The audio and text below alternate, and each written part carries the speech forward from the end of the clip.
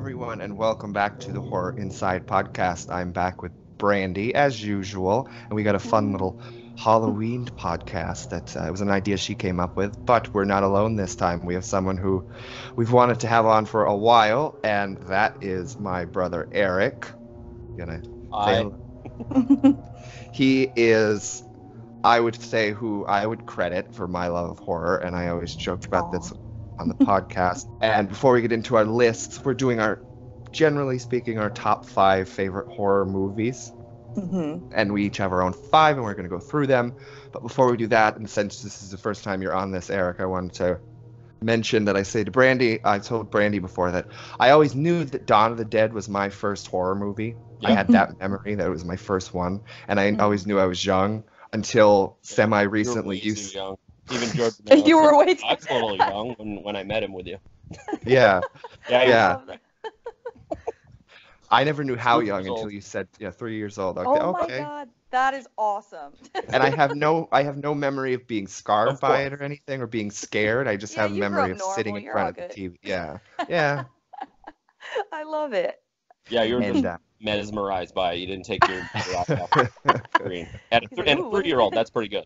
So that's something.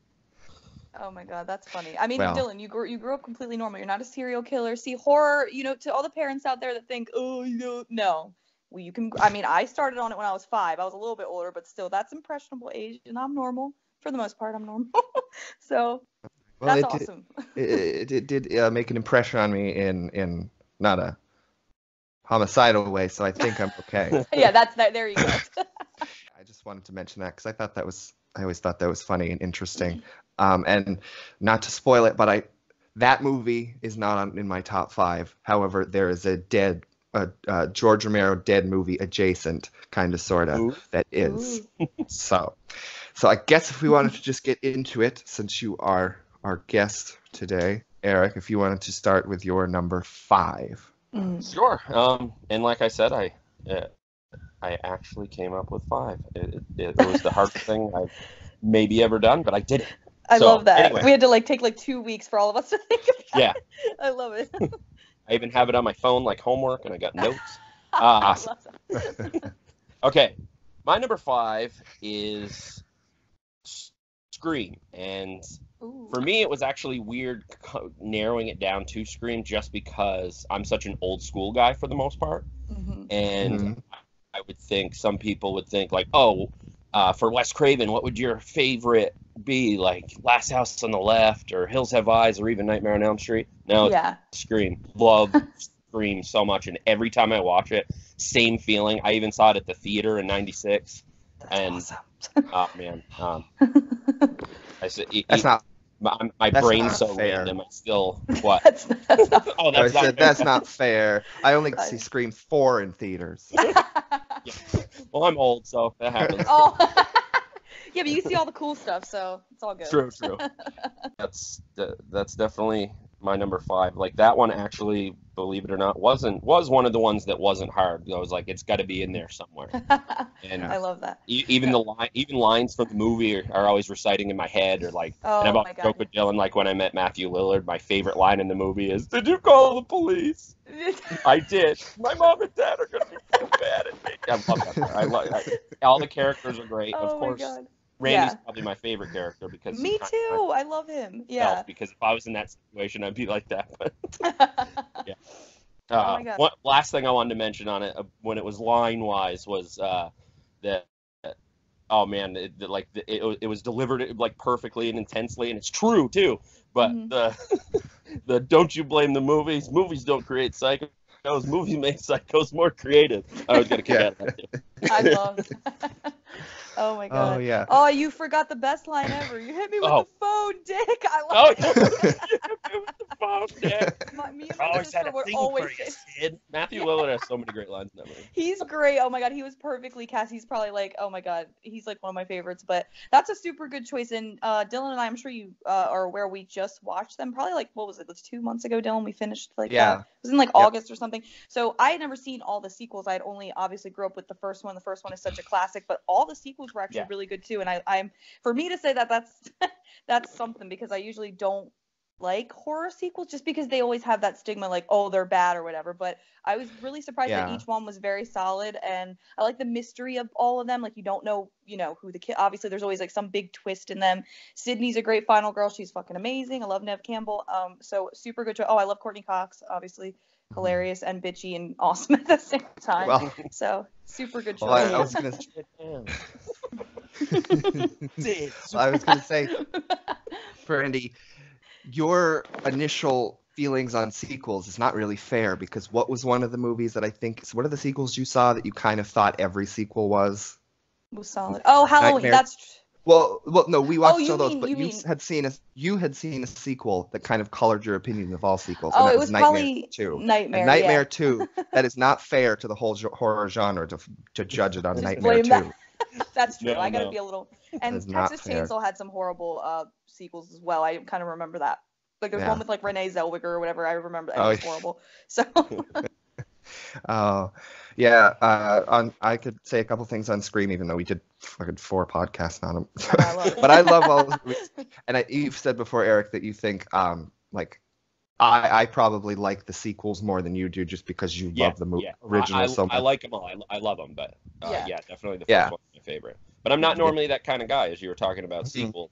Sometimes I prefer certain sequels over the original. So sometimes it's blasphemous to some horror people. They're like, "Oh, you're such a horror person. How could you say that?" Because it's my opinion. It's really okay. Right. It's really okay. How does it affect you, really, if my opinion you disagree with? Right? Yeah. That's it. Like, to him, literally just saying it's really okay. It's just answering all the assholes on the internet. Yeah, ever. exactly. Like, it's really okay, guys. Just calm down.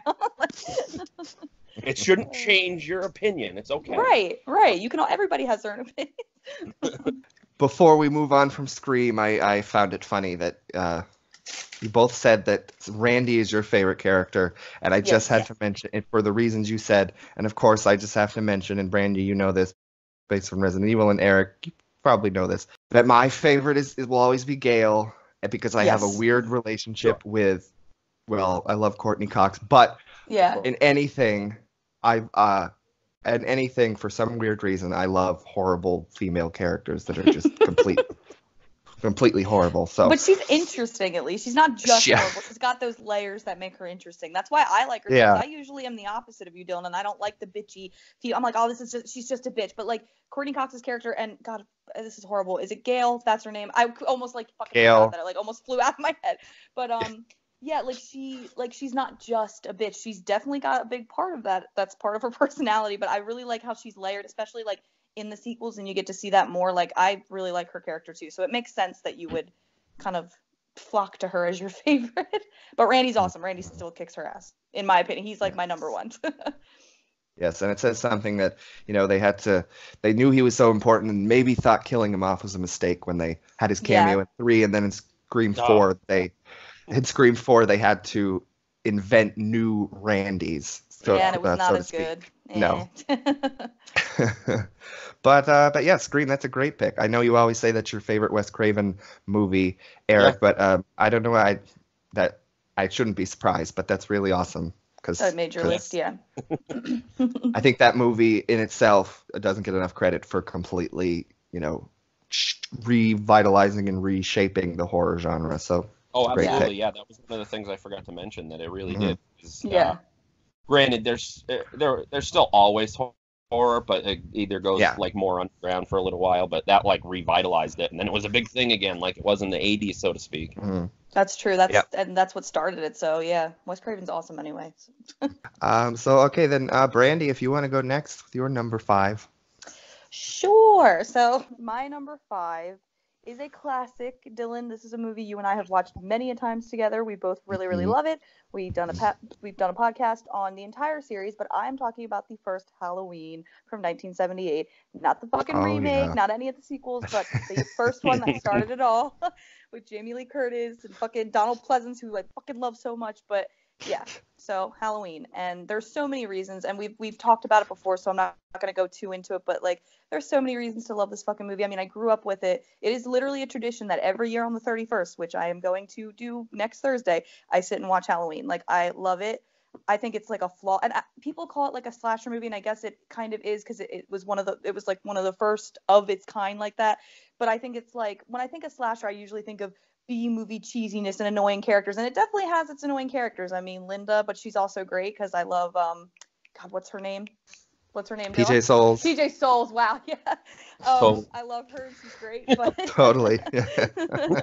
I just love that movie. I just get so much enjoyment every time I watch it. It's entertaining from start to finish. It has really awesome characters. Donald Pleasance's character, Loomis. Oh my God, I love him. Yeah, I don't really know what else I can say about it. It's awesome. It's like I think it's a classic in the horror genre, and everybody that likes horror should definitely see it at least once. And I think it's aged very well. It came out in 78, and it's still, yeah. Mm-hmm. And I think it's still something that people watch, like a lot of people watch, especially in my family, on Halloween every year. Like, I don't think it'll ever like fade into oblivion. They have so many sequels and new ones, and that's fine and cool. But I think this one will always live and breathe. And yeah, I love it. Yeah, the original Halloween is still my favorite in the series. I thought about including Halloween 4 as an honorable mention just because I love that movie so much. Right. It's one that I grew up with, and I probably have more of a love for it, I guess. Right. But the original Halloween is absolutely a classic, and it's sometimes it's hard, I feel like, with movies like that in the genre. It's like you could either talk all day about it, or you can't find exactly what to talk about. Yeah, it's just such a classic, and it's so good, and everybody knows. It's just it is kind of hard. So I feel like I didn't say enough about it, but at the same time, it's like, what can you say? It's like to me like a flawless movie, and I love it. And so many people know of it, and what more can be said about it? But and the music, fucking John Carpenter, amazing with that haunting. The opening is so amazing and simple. I love that it's just a slow zoom on like a jack-o'-lantern with that haunting piano. Like, oh my God, amazing opening for a horror movie. Like, it just captures you right where you're like, ooh, this is gonna be fun. This is gonna be spooky. Like, I guess I will save any additional thoughts that might come to my mind on this one because it may be somewhere on my list. Okay. But yeah, it's amazing. It's fantastic, and it's classic, and it began what is my most like beloved franchise for me is Halloween. So I give it credit for that, of course. So before we move on from that, I mean, there's a lot to be said about it, but anything you want to add to Halloween, Eric? Well, it helps that it's fresh too, because I usually start with, as Brandi had mentioned, that you always watch it on Halloween. I usually try to, or at least one of my favorite sequels, but I started last night. And I just watched it last night. Awesome. I actually watched it on because again, I'm old, so there's this guy that used to like he showed movies like on like TNT back in the 90s and stuff. His name is Joe Bob Briggs, and he's on Shudder now. And he last night he did Halloween 4 and Halloween 5, and it was only spanned out because that was the only ones they had the rights for. But anyway. I don't know, like you say, like there's already been so much said about it, like it without going into too much detail. As much as I love it, it's actually not my favorite personally, like in the out of all of them, but it's still in my top 5. Okay, perfect. As long as it's top 5, I won't yell at you. I'm not gonna be one of those people saying I'm just kidding. Yeah, take away my horror card. Exactly. But I'm trying to think of anything specific, but I can't. I can't. Isn't Donald Pleasance super awesome? Oh, Donald Pleasance is always I know. Absolutely. And, I love as the series goes on, he just gets more and more intense, and I just yes. That was one of my favorite things when I was showing Brandi the sequels that she had never seen, because I knew how much she loved Donald Pleasance and Loomis, and I was excited for her to see more of him, and I was excited for her to see his ups and downs and his manic screaming and as you described it, Dylan. You said he goes kind of batshit crazy at moments, but then he pulls it together and he's fine. It's like and then he's calm in the next movie. And then in the next movie, he's throttling Jamie and grabbing her by the shoulders. I know. Oh my God. Oh, but if we're gonna mention lines too, because I know Eric mentioned some lines from Scream, I have to say my favorite line is, "Hey, Lonnie, get your ass away from there." And the kids just run like when he's hiding behind the bush. I love that. He like uses his name and everything. And then They're like, Lonnie, go in.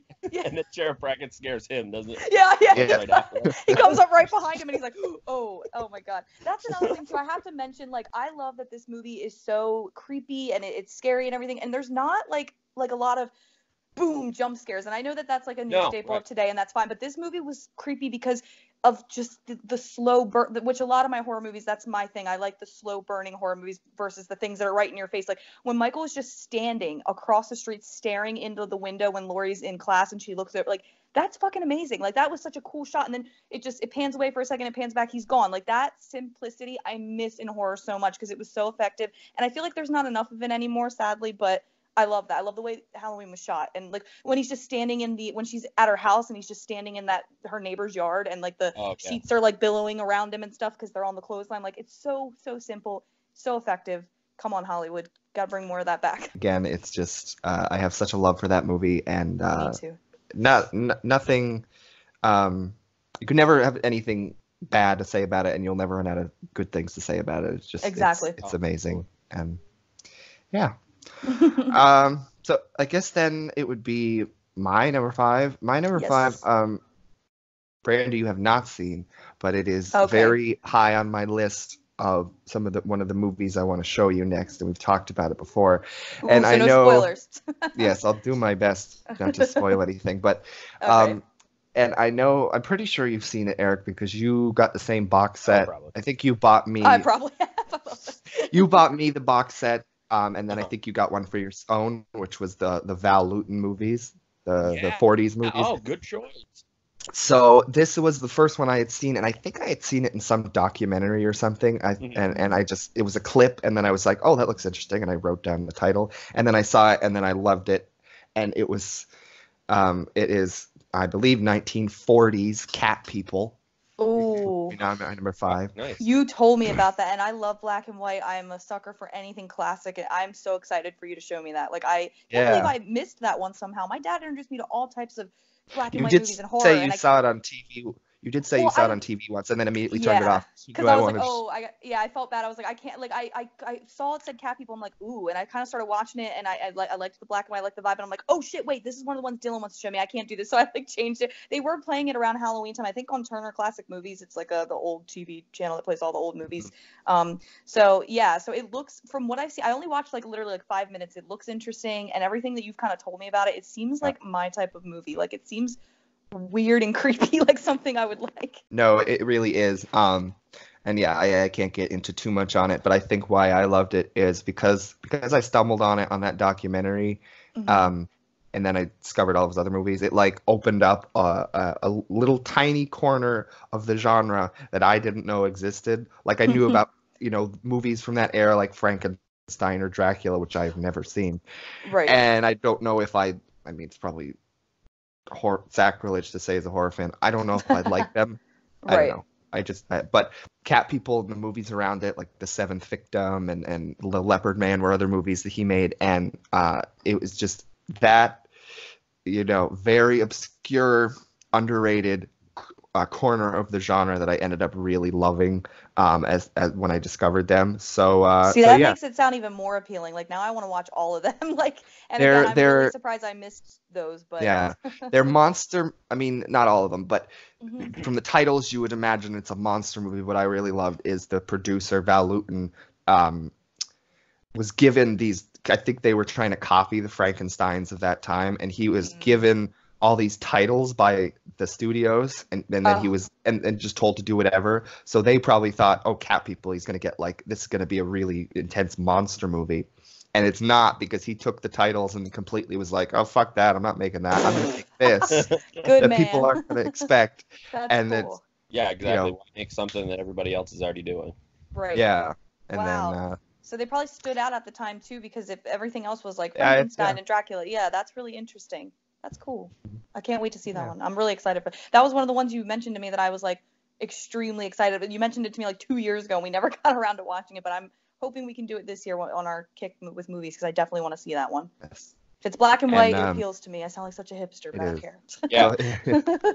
One thing I'll add that I remember feeling when I was watching it is it kind of took me back to what you were saying with Halloween, like how almost like, you didn't say the word atmospheric, but almost like Mhm. atmospheric when Michael's just standing there and things like that. But there's so many things in it that you like don't see, and it's just without giving anything away, it's just, for me, it was definitely creepy and very Ooh. atmospheric. Oh, then I'll definitely like it. Definitely, yeah. But So yeah, I've always I loved did that, get you the and box set. I remember that. You actually told me about it, I and I know. was interested, so I just bought 2. I love that. Well, I'm glad. Yeah. Well, good. I'm glad that wasn't a waste of money, and you ended up liking that too, and I'm sure some of the other Oh, ones. absolutely. One final thought, not on this, but I can talk about this. I think it was even a VHS that you had, Eric, but they remade it in the 80s, and I borrowed it at one point. I haven't seen the remake, actually. Yeah, well, Malcolm McDowell's in the remake, and it's basically the same. I want to see it, but yeah, it's basically the same. They changed some other things, and it makes it a little weirder. But I will say on that was normally I don't stop watching movies, but I was halfway through that, and I was like, I hate this. Turned it off.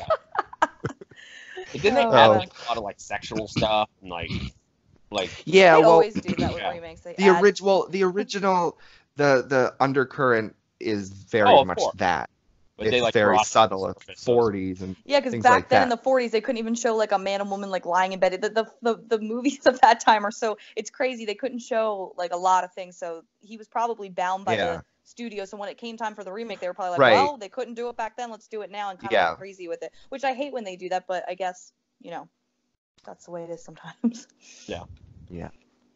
So I didn't care for that remake at all. I usually give remakes a chance, but I couldn't finish that one. But I love the original, so that's cool. Yeah. I'm excited to watch it. Yeah. And if Eric liked it, then I feel a lot better because he's like the horror king. I guess he has so many horror movies, so. Well, then I guess if we want to move to number 4, Eric, what's your number 4? My number 4 might actually surprise you, or it might, I don't know. When I thought of it, I was like, should that be in my top 5? And then this is what I'm saying. It was a good week or more of just like really thinking, but this movie made a big impact on me when I was a kid, because it was definitely different from the 80s, and it's Return of the Living Dead. And some people might think like, oh, weird, that's not really just horror, it's comedy, it's this, it's that. But I think what I liked about it was it's just because of how different it was. However, one thing I will say is, even though I love that movie so much, I can't even say it sparked it, because some people today, I think, just don't know what they're talking about, and they just. I think I know what you're gonna say. Yeah, the Walmart generation or whatever, with the whole brains thing, like zombies eat brains. Zombies don't eat fucking brains, okay? If you're watching a real zombie movie, like a George Romero movie, or hell, even the people that watch Walking Dead still, they don't eat brains. Where did this come from? And I'm like, maybe it's Return. And you know what? I bet a lot of those people haven't even seen that anyway. But there's my rant on the brains thing. But beyond that, it's just a fun movie. I watched it as a kid on a movie channel, and it still sticks with me, and I still watch it once or twice a year, and I still feel the same watching it. It's just a fun movie. It really is. It might throw off some people. Like, some people don't go into it like it's straight horror, because it's not, because the zombies talk and they eat brains, and it's just fun. I just love it. Yeah, I've actually never seen it. So wait, is that a George Romero movie or no? Is it no, kind of? But it does have a George Romero connection. Who was it? One of the writers, I think. Is it John Russo? Yeah. He who wrote Night of the Living Dead with George went on to make other stuff, and one of them was Return of the Living Dead, and he actually got the rights. How does it go? I think you know, Dylan, too. Like, he got the rights for Of the Living Dead, and George Romero got Of the Dead. All right, and that's why it's not Dawn of the Living Dead, and they didn't continue with that. Oh, that would sound weird anyway, so I'm glad he just stuck with Dead. Wow, I did not know that. That's an Day of the interesting Living fact. Dead. That just sounds fun. Yeah, So that's true. Wow, but yeah, that's really interesting. There's I had no idea about that. There's a lot of great lines, and I could do a whole podcast just on this movie. Right. Yeah. Well, I think I know. I've seen. There's only 3, right? Unless they made more 5, after. But most people ignore the 4 and 5 because they don't have anything to do with. Well, none of them really have to do exactly character-wise with each other, but they all have to do with this like chemical that starts it. I remember that. Yeah. I've seen the first three. I think I liked the second one a lot, although I don't remember much about any of them. Although I also did have a huge problem with fucking, and I always blame this movie for brains and people thinking that because that was annoying. And I always remember the third one you really like. I love. For some reason I have some memory of just hating it. Like I thought that movie was. Well, and you loved it. Like a love story, as weird as that might sound, but it hooked me, and I watched it around the same time, and because I saw 1 and 3 before I saw 2, before I was an adult, and I was more hard on myself. Like, you can't go out of order. I'm like that. Really like that. But I mean, to a degree, it's almost like when somebody's like, "I'm gonna go see this movie," and I'm like, "Have you seen the remake?" No, go see the remake first. I mean, the original first. That's usually kind of, I'm like that too. And if anybody's like, I'm gonna go see this, I'm like what? Oh, no, I'm not gonna say it because I'm not gonna mention any other movies until we get to them on the list. But I have a rant about that in a little bit. But you and I. Well, you and I are the same. It's exactly the same, Brandi, when we're playing Resident Evil. Like right now we're playing Remake, and sometimes we're like, I want to play 3, and then we're both like, well, yeah, we really shouldn't jump ahead. Yeah, we're like anal about going in order. I'm always like that. Like I have to go in order. No, but I was gonna ask, what year did that one come out? 85. 85. Okay. I probably would we have to watch that then, Dylan. If it's an 80s movie, it's zombie-ish, and even if it has some cheese in it, that's fine. I like cheesy 80s it's full cheese. Yeah. Oh, I love that. Like that's why I said don't take it seriously like a regular horror movie. Absolutely not. Right. Just that's fun. Well, that's cool. Yeah. They kind of did go. George Romero and him went in. They made their own series, but that's nice that they're different. Like John Russo didn't just make a quote unquote regular zombie movie like Romero, even though he mastered it. But I agree. Yeah. So were they friends, or was it like a bitter argument? Like I get this title and you get, or were they cool with each other? They were cool with each other, right? I feel like it was together kind of thing. Like somebody got one person got the rights, and like I don't know if it was. I can't remember really if it was a feud or not. Okay. Like it very well could have been, and they just went their separate ways, but maybe not. I'd have to that I don't remember. I haven't read about that in a while. So interesting. But I really something's telling me I really do feel like it had something to do with. I don't know if it got as far as to court, but like whole rights thing, like actual rights, like you get this and you get this, and that's right kind of thing. So I feel like it was that, but I'm like don't quote, so to speak.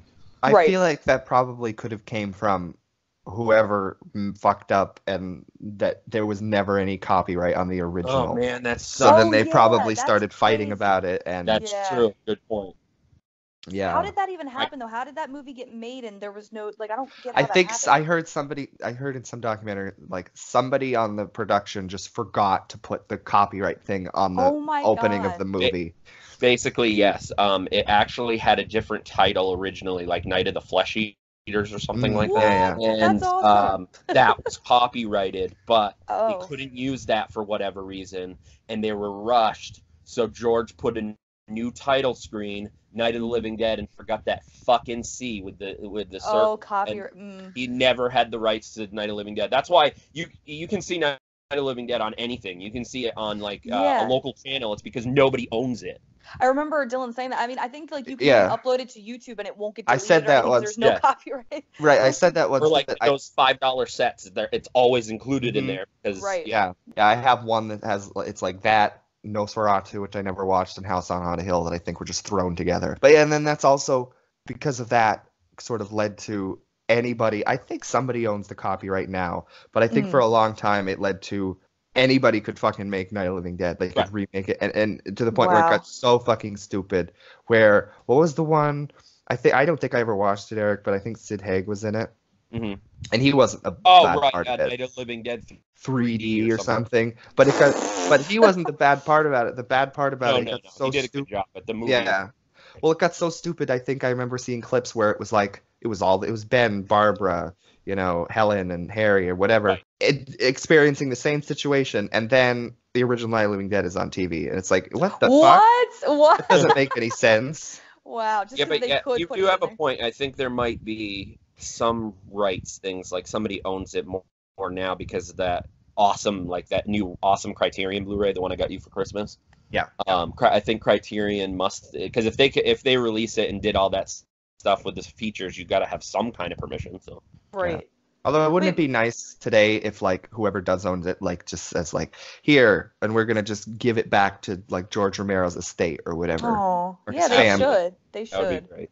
Yeah. But like, could George Romero, like, I don't know how this all works. I don't even know if you guys would know this, but couldn't he have like sued whoever didn't put the copyright on his film, like the people that No, are because responsible? it was him.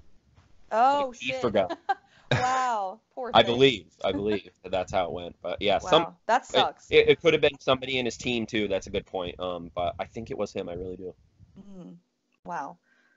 What's Like, Well, Leslie? either way, it's a great movie. I love the original Night of the Living Absolutely. Dead. One thing I'll add with because it got into the night thing with Return is there's a whole scene where they're talking about Night of the Living Dead, but they're talking about it like it really happened.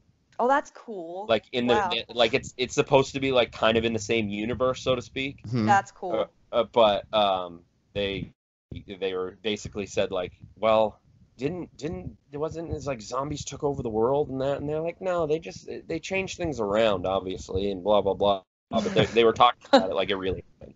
That's kind of cool if they are like the same universe. Yeah.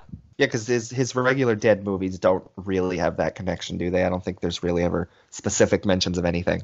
I don't think. No. Brandi, what is your number 4? For a second I was like, we talked so much about Night of the Living Dead, I was like, what was your number 4, Eric? Oh, Return of the Living Dead. It wasn't Night of the Living It wasn't Night of the Living Dead. I love that. But what's your number 4, Brandi? So all the movies that I'm going to mention, even the honorable mentions and everything, are all movies I grew up with and have some sort of like just mean something to me and I have a nostalgia towards and absolutely love because I grew up with them. So I just want to say that. But my number 4, speaking of George Romero, and I always say that George Romero and Stephen King are like a match made in horror heaven. And so my number 4 is Creepshow. Nice. Woo. So technically I have some trouble because I absolutely love both Creepshows and I kind of wanted to put them kind of together because I love Creepshow 1, I love Creepshow 2. If I had to pick one, obviously it would be 1 because, you know, that one has more and it's just whatever. But I technically kind of want to talk about both because I kind of put both on my list if that's like fair, like, you know, Oh, that's slots. cheating, Brandi.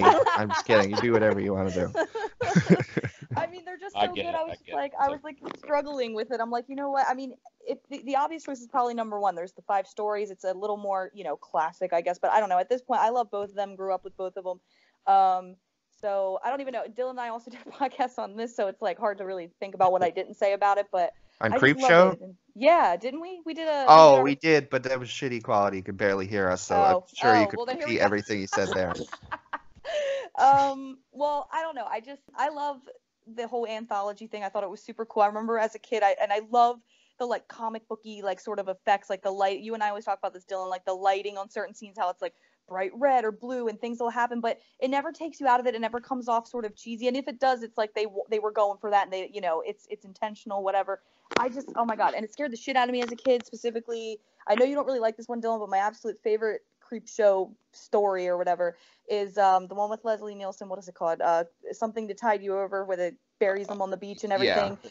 And the reason why it's my favorite is because as a kid, oh my God, I just remember when they came back and they had that like watery effect on their voice and like just the way that they looked, I was like, this is so scary. And even though like you want Leslie Nielsen to get his ass beat because he's horrible and that, I like got so freaked out by that as a kid. I just remember that sticking out in my head. I also love The Crate for many, many reasons. Dylan, you and I love it for Adrienne Barbeau. The least of which is her, yeah. Yeah.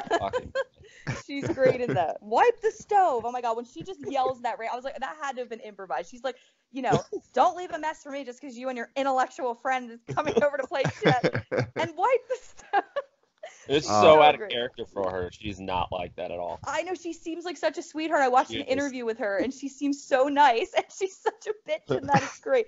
And she says she doesn't even drink, like, alcohol, so when they had her do that nasty milk drink, like, she has a thing of milk, and she pours, like, some dark liquor in it. Oh, that looks And then she takes it in the car with her and is just driving. Yeah, she's driving. She's great. Oh, my God. I could go on and on about all the stories. I absolutely love all of them. If I have to talk about Creepshow 2, my favorite in that, which I think you're not a fan of this one either, Dylan, but my absolute favorite one in Creepshow 2 is the first story, Old Chief Woodenhead. That one always was mesmerizing as a kid when this fucking wooden Indian just comes to life and starts fucking wreaking havoc or whatever on these fucking people that were assholes. So I love that one too. I don't know. I love all the stories. I don't think there's really a bad one. Like I love every single one of them. I love Father's Day. That's such a classic. That's the one that always. Favorite. Yeah, I remember you saying that. That one's awesome. My favorite. That one has the cool. I like Bedelia. She's great too. Yeah, we always talk about how cake. She like makes fun of you. You called me a bitch. That is the best. She's great too. I love her as an actress. Oh my god. What's her name? Vivica something? Dylan, don't you know her? Linfors or whatever. Oh, yeah, she's and great. I think I told you this, Brandi, but I don't know if you ever knew this, Eric. Oh, you might have. It might have been on the Blu-ray that you got that special edition thing. Oh, I gotta get that. But it was something, and on her, I always thought it was funny. Somebody said that her scene in the graveyard, she like sort of like improvised the whole thing. Like that's not what Stephen King wrote, and he kind of got mad about it. Yeah, like hilarious. Like her interpretation of the character was not what he had written. But it's like, wow. she's amazing. But Stephen King says that's not what who he's supposed to side with. Yeah. But her performance is just, I mean. No, that's like Oscar worthy. She's like kind of drunk and she's sitting there and she's making fun of him, like talking to him like he can hear her in the grave. I love it. Oh my god. And I like when she does this face. It's hard to explain, but when she says ashtray back in place, and she does something with her hands, and then she goes ooh, like she makes like an ooh face towards the grave, like she's pointing at him like ooh, you know. She's great. If that was improvised, bravo. Yeah. She probably did as much as I love Stephen King, and this is gonna be horrible to even say this. She probably, took what he wrote and made it even possibly better. I can't imagine her being any other way. I found it. It came out when the movie came out, and they re-released it recently. I have like it's an actual comic book adaptation of the movie. That's awesome. And Bedelia is nothing like she is in the movie. She's very quieter. She doesn't go into hysterics. So I imagine what's in the comic book is maybe based off of Stephen King's original script. But wouldn't that be less interesting? She's like hilarious. Less entertaining, she makes it with all her outbursts and drunken whatever. Like she's great. Oh my god, I love it. Well, and speaking of Stephen King, we have to mention Jordy Verrill because oh my god, that is like wow. You lughead. Oh, I could quote. Oh my god, meteor shit. That is my favorite. I used to die at that. Meteor shit. Or when he's like scratching his back on the door. Oh, don't it itch? Like he's like so funny. His lines are great. And for him to just be the only actor in that, he has nobody to go off of. Oh my, and him not being an actor. I mean, he's a writer. He did amazing. Oh my god. Isn't it? I think there's a moment that I remember you saying you love Brandi where it's subtle and it's just goofball humor, and he like goes into the bathroom and it's off screen, and then you just hear, "Oh no, not there." Yes.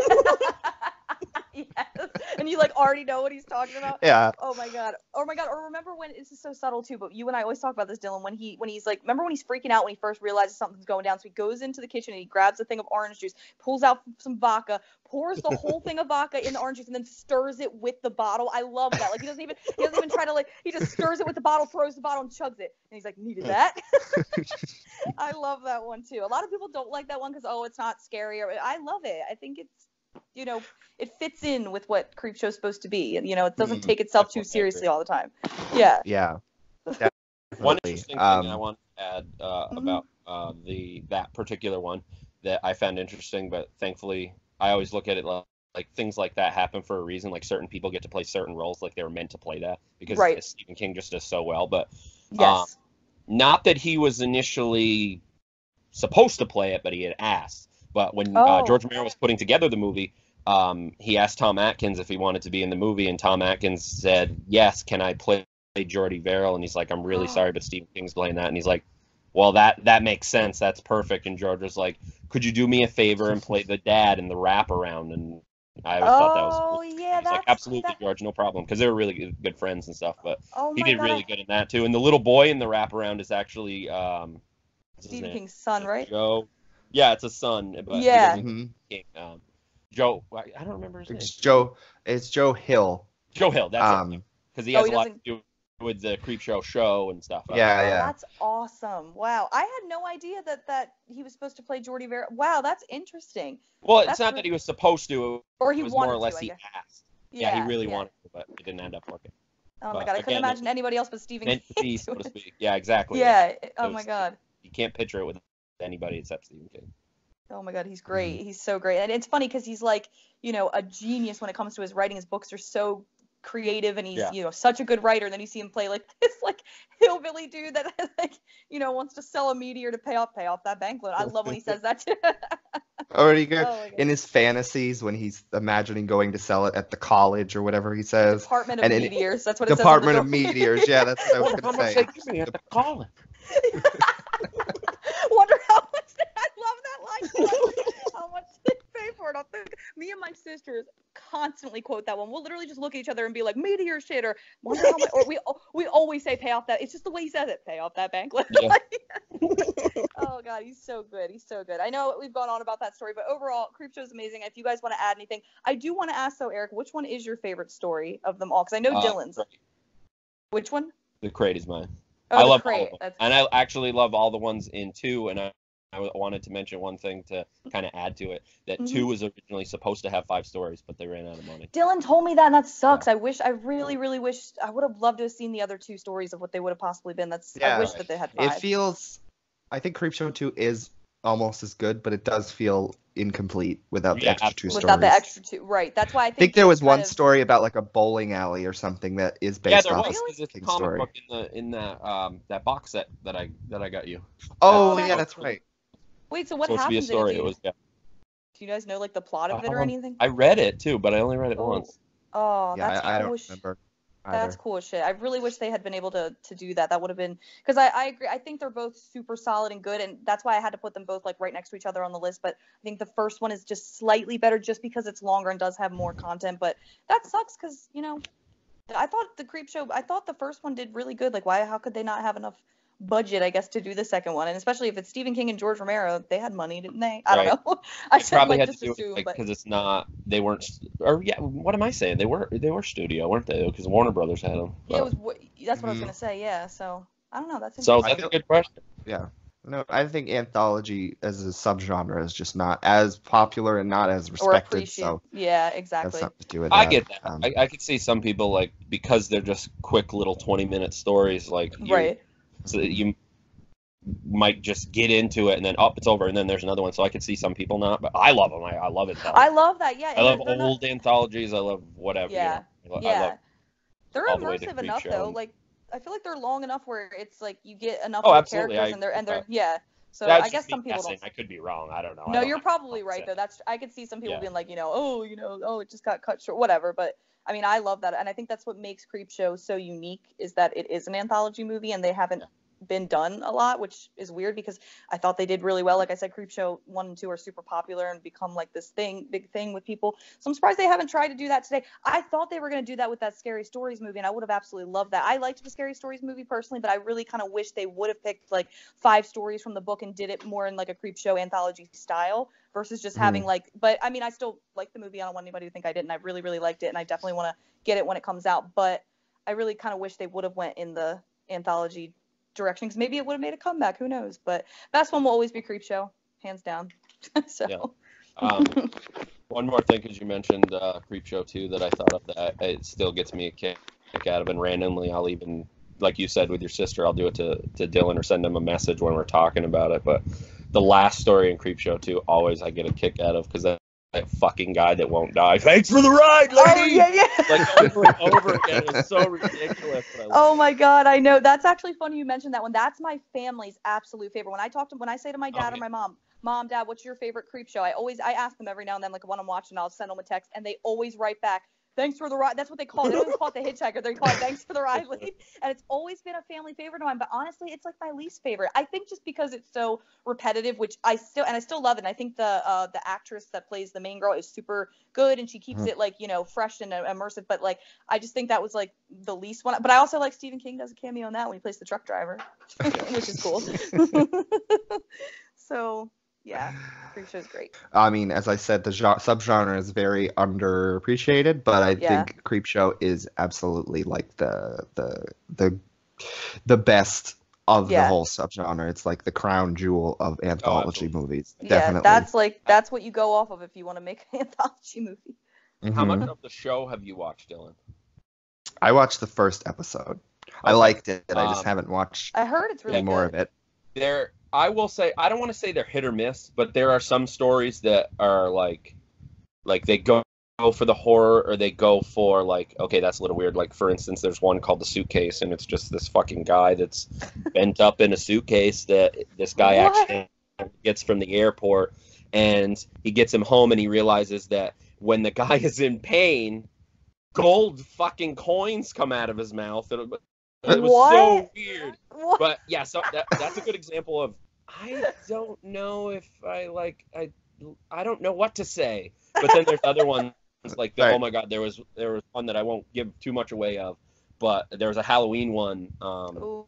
like set on Halloween, but you don't really find out exactly what's going on until right before the end, and it's like mind blowing what it is. That's my favorite one so far. But yeah, Dylan, definitely when you have a chance, you should definitely check them out. Oh yeah, yeah. I don't think you'll Yeah, like all of them, and honestly, I don't know if I like all of them either. But it's still cool that it's back, and it's still cool that the people that are involved in it. Yeah, Yep. that's.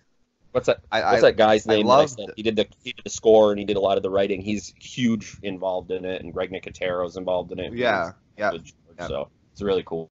But Yeah, I love that Adrienne Barbeau was. I knew she was in the I show. know. But Oh, absolutely, the that was a good story was really great. Yeah. That's. And yeah, I think for me, the show episode I watched, I think I liked it, but the only thing that I said this to Brandi, she hasn't seen it, but I feel like it lacked something for me. Like, it didn't have the kind of creep show tone. And to be honest, I was looking forward to like the bright comic booky poppy colors and those. And they didn't do that. Yeah, and they they didn't still really go do that. through it as a At least in the comic, first but episode. like color wise, yeah. Yeah, they do.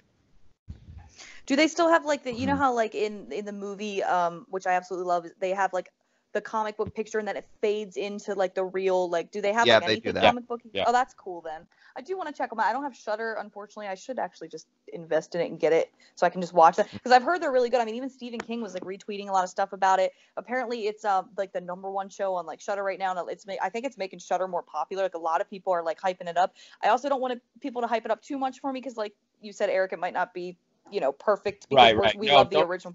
expect Yeah. like, oh my god, show, but it's still Right. it's still a fun thing, and like I said, it might be hit or miss with the stories, but there's enough there to keep me coming back. I guess that's the best way to say it. How many episodes are there right now? There's two stories in each episode, and they're cool. 5 now. I think they're up to 5, so they got 10. They're gonna do 6 total, and that's like the first season. Ooh, okay. Yeah, I might have to look into that, because I do want to give it a try. As much as I love the movies, and as much as people are retweeting about it and talking about it a lot, I really think I should, as a creep show fan, I really like a hardcore fan, I really should check it out. So I think I'm going to do that. So. Plus, I will say this too: you could probably, because the stories don't really go together or anything, so you could really jump out of order. Like, if a title sounds more interesting than going in order. But the last episode, that's one of the ones I'm most excited about, because Tom Savini directed one of the stories. So I hope. That's cool. That excites me, because something on my list was directed by Tom Savini. Ooh, stop giving too much away, Dylan. Oh, Speaking okay. of that, do you want to say your number 4, Dylan? My number 4, and I just talked about it really briefly because I already talked about it when you brought it up, Brandi. And I don't, again, what else can I say on it? But my number 4 is the original Halloween. Yay! That's cool. Yes. I think it's a flawless movie. I don't think there's really anything. Too. I don't think there's. Some people complain it's too slow or whatever, but it just like. That's what I love about it, though. That's what makes it awesome. Yeah, I think helps. Yeah. Yeah, and in a different way than Scream, but it also set like at least the blueprint for the slasher genre, you know, and to the point where doesn't some of the people involved with Friday the 13th, Eric, even like have it openly admitted like, yeah, we ripped off Halloween. Yeah, at least pretty much to a degree. Like a lot of the earlier people, that was the whole point, to like just get a slasher because it was making money, but yeah. But there's always something just so special to Halloween. For me, I am, and I've said this before, like, it makes Halloween, the original and all the sequels, incredibly unique among all those slashers, because none of them have a Dr. Loomis character, really. Right. That's true. We talked about that, Dylan. That's true. Yeah, which makes him very unique and very invaluable, and he could be played by a better... so amazing. Yeah. I know the fucking director of Halloween 6. I told you that. Oh, that still pisses me off. I hate that because Edited him out of most of it because he thought he was boring. Oh my god, he's the best part of fucking Halloween. Are you kidding me? That's why that's why I like the producer's cut more, just because he's one of the reasons. Yeah. There's obviously things in the story where you're like, what the fuck, but I like it more just for the fact of you get more loops. Yeah, that's the one that Dylan showed me. I actually never saw the one that is all cut up, but when we watched them, he was like, you have to get the producer's cut. You have to, and he explained why, and I was like, oh fuck that, I don't want to see less Donald Pleasance. So I got the only thing I'll say that I like with the like theatrical cut is some of the kills are just more brutal, and I tend to like that more. But story wise, like the producer's cut just has way more going for it. So that's my go-to whenever I watch 6. Yeah. I feel like I should eventually watch, and I know you want me to, Dylan, watch the one that is all cut up, like the real Halloween or whatever. But I do, because there's even like quickly just on Halloween 6, because again, I don't know what I could say about the original that hasn't been said, but Halloween 6, like that, I think that movie, I think I like it a lot because it takes its time and it's a very slow-paced movie like the original until stuff starts to happen. But then, like I told you, the theatrical is like, then they change the Halloween theme, and it's like on electric guitar. Oh, it's like, are you fucking kidding me? Yeah, that's kind of annoying.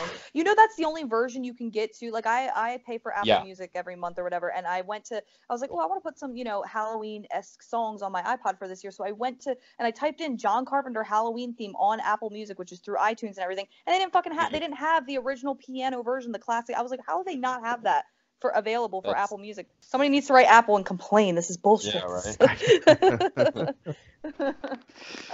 Dylan, I was gonna ask you about, and both of you guys actually, with Halloween, I'm sure your answer is gonna be yes, but did you guys like grow up with this one, and that's why it also is like so special because you guys watched it when you were younger? First one or 6? Yeah, the first one, first. Yeah. Halloween. Oh, yeah, absolutely. That's what I figured. I mean, that's such a classic, and if you like horror, then you've probably seen it when you guys were younger, so that's cool. Right. And kind of like Dylan, or I said before, that Dylan was 3 years old when I. That is so great. I was probably around the same age, so I unfortunately, the only thing I don't like about it is whenever somebody asks, like, what was your first horror movie? I have no idea. I have no idea. Like, I don't have, luckily Dylan has that because I'm the older brother, like, oh, it was this because I showed it to you, but I'm guessing it was probably a Halloween or Friday the 13th or Nightmare on Elm Street. It could have been one of those because it would have been one of our 2 aunts, my Aunt Kim or Aunt Catherine, because they usually babysitted me and they were wicked into horror, but it was the 80s, so, of course, not to say they're not, awesome. But not to, like, our degree, I guess. Well, Kim is more or less, but that's anyway. Awesome, but yeah, I have no idea. She probably wouldn't remember either. So. But that's cool that you guys have like more than just yourselves. Like your family is kind of into horror too. I love it because my family's the same way. Like I grew up on the old classics because of my parents and my older siblings. It's always nice when you have older siblings because they can just show you all this shit. Yeah. Yeah, and it's the genre is something that you can share with other people and bond over and things, and that kind of thing can happen more so than we're gonna go crazy as people like to think. I think the other it's more like. Well, I think that's why you and I get along so well, Dylan, too, is like we not only do we bond over Resident Evil like hardcore nerds all the time, but like I think like our families are so similar with the whole horror thing, and you have older siblings that introduce you to stuff. I have older siblings. Like it's kind of like we have like the same type of childhood. We were we were scarred for life at young ages, but we're fine now. Definitely. But so I guess you could move on from number 4 to number 3. So I guess Eric, what is your number 3? Okay, my number 3 again, like you were talking about with like the growing up stuff that made one of the biggest movies that made like a huge impact on me and still does every time. And I'm not one to get scared, but every time I watch it, I'm not saying I'm scared like a little kid, but I still get that feeling. Is Pet Sematary. Oh my God, yes! Oh my God. I can't watch that movie enough, and every time I see it, it never ruins anything. It never like, okay, I like it a little bit less this time. No, I still have the same feeling, and that goes with what kind of helped me with making a 5, like somewhat of an order, because I was trying to think of movies that no matter how many times I watch them, I still feel the same. Yes. Oh my God. For me, I was gonna say something just really brief because I did not expect it to be on Eric's list, and I'm hype as shit that it was. Because not that I mean, it's a great movie. Not that I didn't expect, that you guys both obviously love it, but like I just wasn't sure if it would be because I am like completely obsessed with that movie. So it's probably obvious which spot it is on my list, but I still won't give it away just because I'm like that. Okay. But I will say I completely 150% agree. I couldn't agree with you more, Eric. That every time I watch it. It never gets old. It still scares the shit.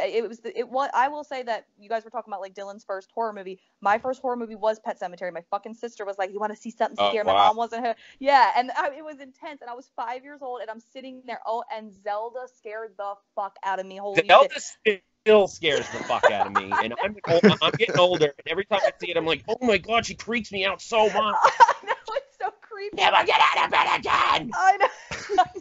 Get out of my face. I love it. Oh my God. It's still, I told Dylan this, like Dylan and I watched that a lot. It's one of the movies we probably have watched the most together just because it is like my absolute favorite. Dylan loves it. So I still can't really watch it if I'm like, I know this sounds awful. Like I must be like a bigger baby than you guys because that's one movie I still don't like watching in the dark. I don't like watching unless like my boyfriend Ed is home or like somebody's in the house with me. And when I read the fucking book, holy shit, the book is so scary. Like I read the book one night and it happened to be thundering. Go figure. I was home by myself. I think I lived at my dad's house at the time, and he lives in this like big, like creepy older house. And I'm sitting there and I'm reading it, and it starts thundering. And I made my dog jump up on the bed and like cuddle with me because I was so fucking scared. Like the book is even like obviously better. The book is the only book I've ever read that actually unsettled me and scared me while I was reading it. I've read a lot of horror things, but I agree too. No, yeah. Oh my God. I will definitely say a little bit more because there's so many things I want to say and add, but I'm going to wait. But oh my God, amazing choice, Eric. Okay. I'm hype as shit that it was number 3 on your list. So one thing I got thinking about too making the list when I got to Pet Sematary that I didn't think about when I was younger, but really thought about more now, and it kind of even blew my own mind. Like, wow, that kind of is like what I get from it anyway. Just the whole just the whole feeling just throughout the pretty much the whole movie. It's just like a feeling of dread and like the fear of death and like it's just all like regular human things or like the human question of if you were faced with a situation of losing a loved one, like how would you far would you go to bring them back? Like exactly. That's why I love how I mean it's a Stephen King story, so obviously it has a little more going for it than like the average horror movie anyway, but I just love that. I think I'm sure you've seen it too, Eric, but Dylan and I watched that Unearthed and Untold: The Path to the Pet Cemetery documentary that was all about the making. Yeah, it was so good. And I remember one of the people that they were interviewing, I think it was like just a horror fan. It wasn't like anybody from the movie specifically, but he said something that I was like, wow, that's so true. He said the reason why this movie differs from a lot of slasher or horror, especially the movies of the time of when Pet Sematary came out, like 89 in the 80s. He said the difference between this and your average horror movie is that everybody in this movie that dies you care about to some degree. Like you don't want to see and it's like, wow, that's actually really true. That kind of like puts in perspective why this movie's so effective. And you literally just nailed it with what you said, Eric. Like everything you just just this every time I watch that movie too, and I know what's coming, I've seen it so many times, but I still get this eerie type, it's hard to explain, but like a feeling of dread, like you said, like you just get, and the way Mary Lambert shot it and the music and the atmosphere, that is one of the most atmospheric movies I have ever fucking seen. Like she nailed it with the way she shot it. And I just love it. Even from the first scene, she nails the atmosphere with the opening. Oh my God! And it looks so legit. Those like boards, the boards that say Pet Sematary, and the makeshift stones. You can actually see in one shot that one of the stones or markers or what grave markers is made out of like a chair leg. It looks like or something. And Stephen King describes that in the book. He says he describes that they look like they were made by kids and with anything that they could find or use. And I just absolutely love that. Now, if we want to talk about the remake, let's not do that. Let's not spoil my love for the original right now. I don't know. It was such a different feeling. The remake. I can cheer you up. Brandi, with one word about the remake. What? Dumbwaiter. Oh my God. Yeah, that was pretty funny. Oh my God, when I showed my sisters that, even my mom was like, what did she just die that way? Because like I said, this is a movie that means a lot to my entire family. Like I grew up with it. My mom loves it. Oh, I'll share a little bit more when I get to it on my list. Like I said, I don't want to go too much on about it because I have like a couple things I want to add, but I just will say like on the remake, holy shit. And I'm just going to say it right now. sometimes Fred is better. Fred Gwynn is amazing, and John Lithgow Even says is it wrong. Jeez. I mean, and I love John Lithgow, but he did a good job. But no, he can't do. Sometimes He doesn't that, better. Yeah, or when he's yeah, or when he says the ground is Again, bad. nothing against John Lithgow. I really do think he's an amazing actor, and they picked a really good one. But I'm not even one to usually. I'm not one to like some big horror fans. They seem to be like, oh, they're a huge horror fan, but they seem to hate like a lot. But, right. And that's annoying because I usually find the good in everything, and I mean, and be positive about get it because I want to watch it again, but yeah. It takes me a lot to even say that, but I don't know. There was just so many things about it that I just didn't like. I remember when Dylan told me that. Dylan said, me and my brother are gonna go see it, and I remember like when after you guys saw it, and Dylan was telling me like your guys' opinion on it or whatever, and he was like, even my brother who doesn't mind remake, because I am one of those probably annoying horror fans that you're talking about, because I usually don't like remakes. I think that you get a pass there because a lot of remakes just don't live up to it. Like, but then there's some older remakes that like are fine, remakes of like older movies like the 50s or whatever, like say that are good, The Thing or The Fly, like in the 80s. Those are better, I think, than the originals. Right. But for the most part today, because they just keep churning them out and they change it. I don't mind when it's changed. Right. But at when least they do their own keep thing. And then when they change the thing with, like, I know you'll get into that probably, but like with the girl thing, and I think that's one thing that didn't help me and Dylan. Right. Because we knew that going in. It would have been a better like twist. If we didn't know that. I think they made a mistake, and I think Dylan said that to me first. Like they made a mistake. Revealing that, and giving that away, I always felt that scene where one of them does get hit on the road in the remake would have been it would have shocked you a lot more if they didn't give that away, and it would have been they just did that. Yeah. And then maybe they thought if they kept it a secret though that it would piss a lot of fans. Like, we just got to throw it out there that we killed Ellie instead of Gate. Like, I think they did.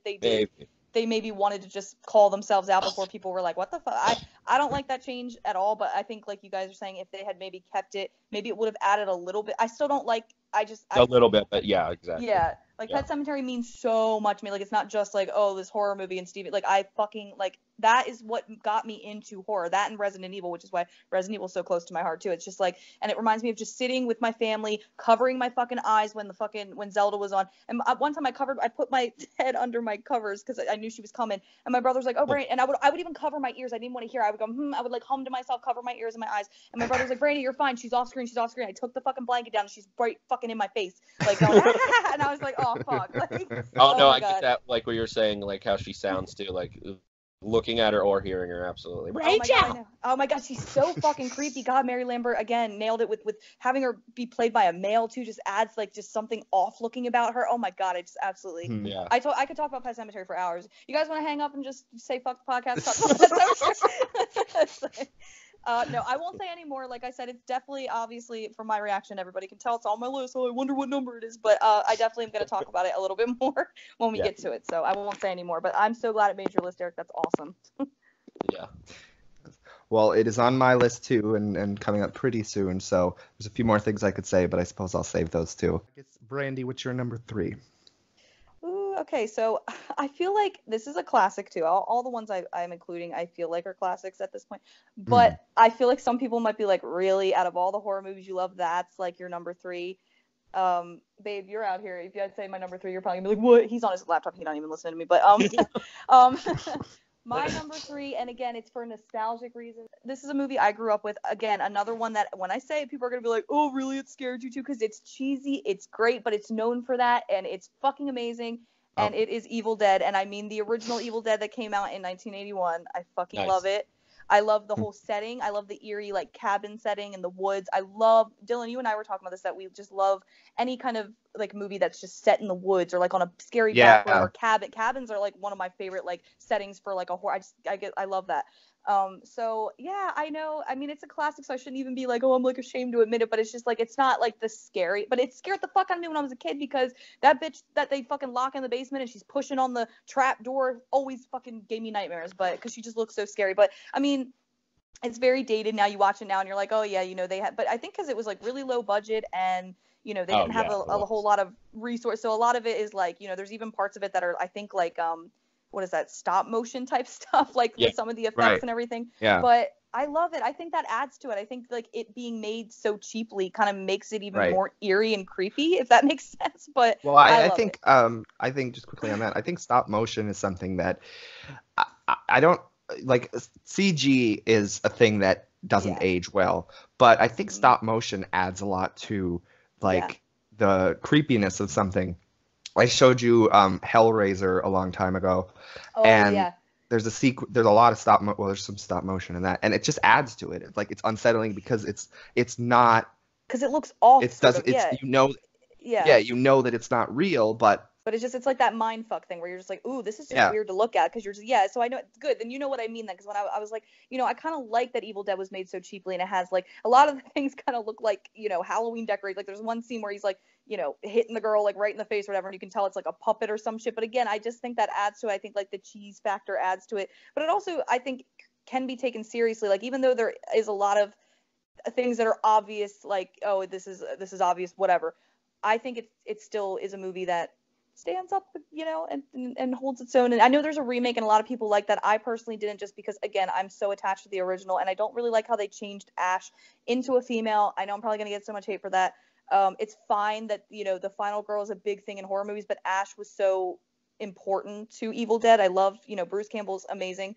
So I don't really like that either. And they gave her like more like drama. Like it wasn't just a bunch of friends driving to a cabin. They gave her like more layers, which is cool. I like when they give characters depth. I love that. That's my favorite thing about watching anything, is like when the characters are good. But like they made her like, I think in the remake, they made her like a drug addict or something, and they're taking her to this cabin to get her away. Or I only saw it once, so I could be like, misremembering things. But yeah, that's what but like, so I remember it being overly gory, but so is the original in like, but again, like a sort of dumb way. So, an over the top way. And I just, oh my God, I love it. And I absolutely love Bruce Campbell. If he ever came to like a Comic-Con near me, I would totally want to go. Like I love him.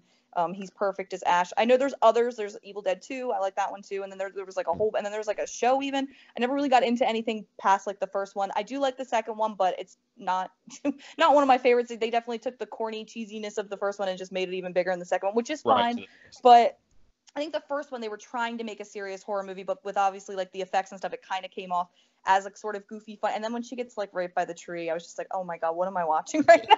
Like and they kept, I was surprised they did keep that in the remake. So that's cool. But yeah, that's just always been one of my favorites. One of the ones I grew up with and watched with my siblings. So it of course means something with that. So always will love that movie. So yeah. Nice.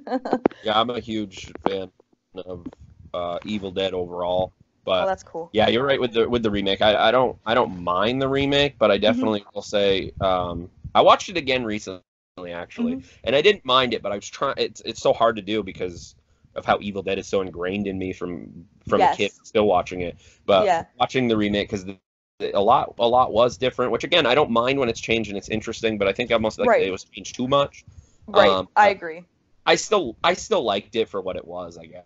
But right, and that's fine. Like I said, nobody like has to just totally agree with me. Like I remakes because I'm just like that. I just don't. When it's something that's from my childhood, it's hard. Like if it's just a random movie and they remake it, and I go like what like it. I actually really liked the remake of it. That's like a whole different conversation. But like I love the original too. I think it just depends on how they do it, and I think it also depends for me personally just how much nostalgia and how much I just love the original. Like I love the original It, but it's not going to make my top 5. It's not like one of my absolute favorites. So when it was remade and it was remade well, I could accept that. But with these specific movies that we're talking about mean so much to me that when they were remade pretty horribly, in my opinion, I'm just like, what? Like I just refuse to see any of the good in it, which is bad. I probably should be a little more open-minded, but I'm very sensitive about my I'll favorite say movies. This, at least you try, because I've actually that's nice. Horror fans that, like, they love their old movies, and I thought it because I overheard her actually a woman in a store, and we were looking at the horror section, and she was with her boyfriend, and she just won't give any remake a chance. Okay. Like, no, like automatically, like, I'm gonna hate it, and I'm like, that's so silly. How do you know? Yeah, you should at least give it a try. And if you hate it after, that's fine. But yeah, I agree. Completely. But yeah, out of what I did want to add with Evil Dead for me is I love all of them, but 2 is actually my favorite. Don't know why. Maybe I've just watched it more. I don't know. Right. But I love the little thing. Like, it took me a little while because as a kid, it kind of seemed like, what the hell is going on? Why is everything repeating? Is this a remake? You know? But as Yeah, you get older, if you really look at it, plus I've seen enough interviews with Bruce Campbell that it really wasn't, but they had more money, so they made more of a backstory because they're like, why did he go back to the cabin? He didn't go back to the cabin. The movie actually starts after the prologue of like, this is what happened before, and you're looking at it like, right. This didn't happen before. But anyway, when the camera like zooms in his face and he's like, ah, and that's the end of Evil Dead. But that's where Evil Dead 2 actually starts, and then he gets possessed and blah blah blah. So it's really not that, and I think that's what some people are missing because they're confused because the opening is so different. Kind of no. I actually kind of remember now that you're talking about Evil Dead 2 because I haven't watched it in years. Like I said, the first one like stuck with me, but I never really. I mean, I do like the second one. I should actually watch it this year. I'm trying to watch all my favorite horror movies, for Halloween. I should include that because I haven't seen it in a while. I do remember maybe the reason why it didn't, maybe because it did confuse me. Maybe I was one of those people that was like, wait, what the fuck? That's true. That's partially why I mentioned it was possible. Yeah. I always overhear a lot of people say that they like Army of Darkness the best, and I can't get behind that. I like Army of Darkness, but yeah. And our other brother, he's like, no, that's the best Evil Dead, and I love it. And I'm like, that's cool because that's totally. I mean, and Dylan probably can understand that. That's totally more Daniel than say, not that he doesn't enjoy the other ones, but that's kind of his like. I don't know. He likes olden. Like he gets into like that olden stuff. Wait, so is he a horror fan too, like you guys? Like just in general, like not to that extent, but he does like what he likes. Okay, gotcha. Yeah. Yeah, he likes horror, but he also likes, like you said, that kind of subgenre, but also like he likes space a lot too. So I think he really likes. I think I know he really likes Leprechaun in space, and it's like, well, that's an interesting choice. Yeah, those are the best ones. I'm like, I'm okay, Dan, if you say so. Okay, Dan. Honestly, though, I actually, and maybe it's because it's one of the few that I own, and I don't like really sci-fi things, but you just mentioned it. But it's not my favorite, but I actually love Jason X. Oh, I do too. I was just saying. No, but like even my one, like, you know how I am with Friday the 13th. That's my favorite slasher like series, and I know that's crazy over Halloween because Halloween has more story and stuff, but yeah. Jason X, the best one. You're off base here, bud, but okay. Yeah. But it's all about opinion too. Like, cool, that's your opinion. You be different because that's true. Yeah, says that that's true. Nightmare on Elm Street 2 is his favorite. I'm like, what? How? That is funny. Don't you get like the gay subtext and stuff? Not that there's anything wrong with that, but like, do you not see that? Like that's what kind of takes out of it for me. Like that's weird. Like I have no problem with that. Right, I'm the same way. Yeah. It's like the Black Sheep series, kind of. Isn't there also a scene that has nothing to do with that subtext? But there's also a scene where they have like a parrot and he like bursts into flames, and it's like, what the hell is that? I don't know exactly. Oh, Dylan, aren't you excited from when we watched the Nightmare on Elm Street series? I'm excited because I want to see all the other ones too. But I am because it's also painful. Like Halloween. It'll be a hurdle, but you haven't seen a lot of the sequels, and there's some good Nightmare sequels. Good, absolutely. Yeah. Well, I've never seen. Yeah, I've seen obviously the first one's a classic. I've seen New Nightmare, which I absolutely loved, and I've seen the second one. I think that's it. I think that's where like I may have caught like another one on TV, but to actually sit and watch and remember them, I actually have no memory of any of them except 1, 2, and New Nightmare, which I really liked New Nightmare. So. Well, we went on about very that cool. For well, I was going to say that's good. It's good that you both had a lot to say about Evil Dead because I personally, I know I grew up watching maybe 1 or 2, but it never was movies or series that I kept going back to. So I don't have a whole lot to say on those. I'm still making you watch it when I pick my picks. Yeah, we watched the first one once. I think. Did. Yeah. Yeah, we did a while ago, but yeah, I definitely want to watch it again. I think again overall, it's just like.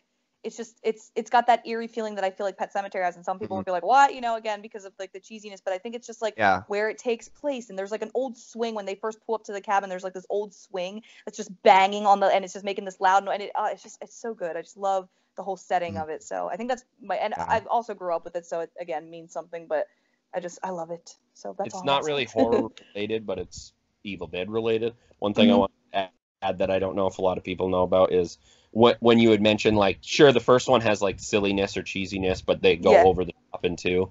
A lot of that was actually because Sam Raimi and Bruce Campbell are huge Three Stooges fans. So when you go back to it, you notice some of that slapstickiness, like when he's in the kitchen and his hand is possessed and he keeps smashing plates over his head. Yeah. I love that. Now that I know that, oh my god, I definitely have to watch Evil Dead 2 soon because that's hilarious. And that could turn some people off if they don't like Three Stooges, but Oh, I I just love the think Three I had to Stooges. put it in there. Yeah, well, yeah, I That's do. That was a very good pick, Brandi. Yay. Yeah. All right, so I suppose it's my number 3 now, and Yay, I'm excited. this was the last movie that you and I, Brandi, watched for our podcast, showing movies to each other. Yeah, I know. This is a movie that I feel like will be completely. You said, Brandi, like, you pick Evil Dead to be in your top 5, and you thought people would be like, oh, I feel like mine is like Even more they have no idea what the movie is, or it's a movie that doesn't really get the credit it deserves, and that's Dead End. I fucking love Dead End. Absolutely. Yeah, that was a really good movie, and I'd never seen it or heard about it until you showed it to me, and I absolutely loved it. Yeah, we even had to do like a different structure for the podcast because a lot of time we go character and think by character and things like that. Yeah. Because a lot of the other movies people have heard of, but this we had to go like by the story. I just love Dead End. It came out in 2003 because it's such a unique story and it is very underrated. And I always say that, and I'm sure I heard this somewhere, but it completely fits that I think Dead End, why I love it so much, one of the reasons is because it feels like a long episode of The Twilight Zone. The plot is very... It kind of does, yeah. Very messing with your head, and it's very shocking, and we talked about this in the podcast where, we tend to like things when there's a lot of character and story, and I really love the family and their dynamic in this, and I think that's where some of the sense of humor this film has, I think, works because of the dynamic of the family, because that's how they talk. It's so real. It's like that's what families do. Like they bicker and they have like I like that. I like the. And then because it works, worked so well, their dynamic gets sad at times. Oh my god, yes, definitely. And I just love this movie, and I said I feel like this is a perfect movie to like show someone for the first time because it is such a roller coaster and it is so shocking and it just doesn't let up. And I said it's like the movie really feels like it's full of adrenaline, like it keeps going. Yeah. And I don't really want to spoil the plot because it's definitely a movie I recommend people see. Yeah. The gist of it is the family, they go on a back road and the road never has an end. And crazy shit happens. That's a really cool plot for a horror movie. It's one of the movies that I could never get tired of, and I watch it a million times. And a joke that I always forget, it's technically a Christmas movie. It takes place on December 24th. And we were talking recently, Brandi, and I said like, oh yeah, I try to watch it every December 24th. And you're like, while you're watching Rudolph and Frosty, I'm watching Dead End. I love that. I know. I'm gonna literally text you this year and be like, "Hey, so I'm popping Frosty, and what are you watching, Dead End?" That's a great idea. I've never done that because you've seen it more than me, and I've definitely seen it, and you might have even pointed it out to me. I don't know, maybe, but I don't remember how. Right, exactly, but yeah, that's definitely a definitely an underrated gem. I agree. Yeah. And I really, really liked it. It was definitely my type of horror because it was very, like, again, slow paced, and they didn't show a lot, which I really liked. Like, there wasn't just, like, an in-your-face gore or in-your-face type of kill type thing. It was just, like, I don't know. They kept a lot, like, a mystery. Like, I don't know. I liked that. So, I liked it a lot. I liked the whole family thing. It did get really sad. It was horror and, like, kind of funny, and then it would get, like, really sad on some parts. I was just like, oh, my God, like, this is, like, making me emotional. Like, it was really good. I know you said that your mom gets really emotional with things, Brandi, and we were talking in the podcast, and like I said, like if you showed her this movie would like break her as far as. I think it would, especially because she's a mom, and I know you said you don't want to give too much away and spoil the movie, but like when things happen that involve a mother and their child, like my mom would take that. I think she would literally cry because like she's very like.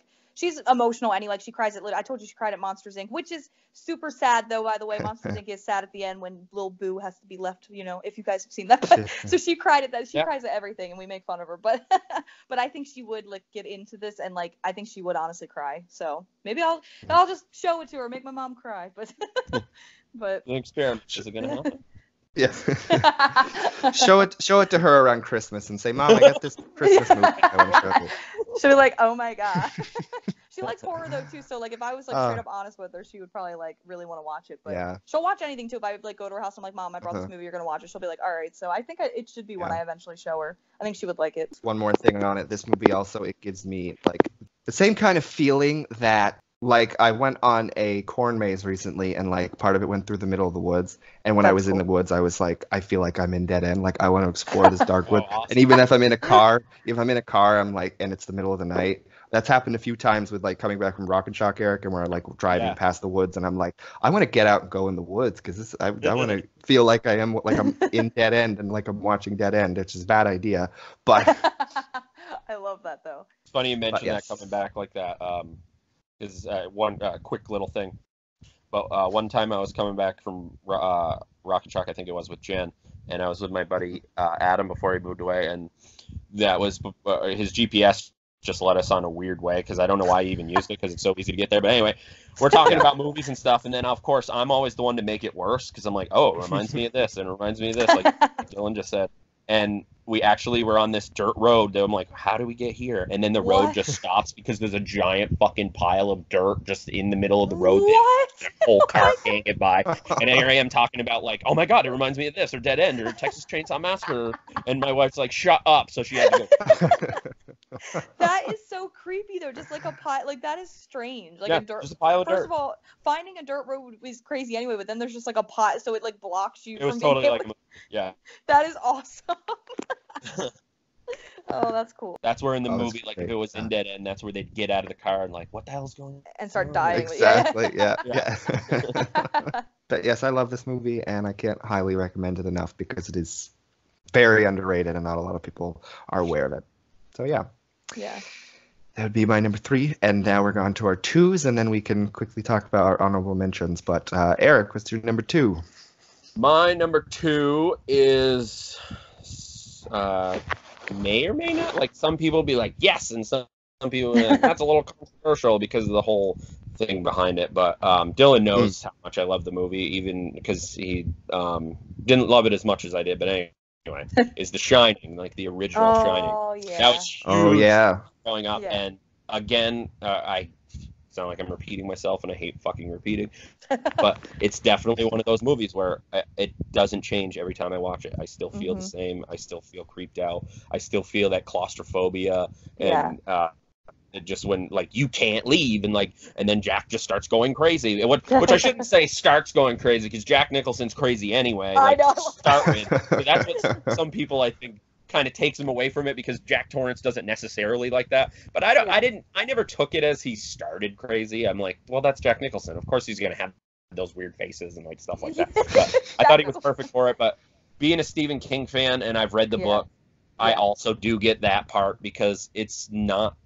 really Stephen King's book. It takes like the background kind of like, but and the names, but then Stanley Kubrick just made it its own. And I love Stanley Kubrick anyway, but yeah, me too. He just it's in other words like how you usually see Stephen King's blah blah blah. Like even if he didn't direct it or anything, it's his movie because he either wrote the screenplay or the book.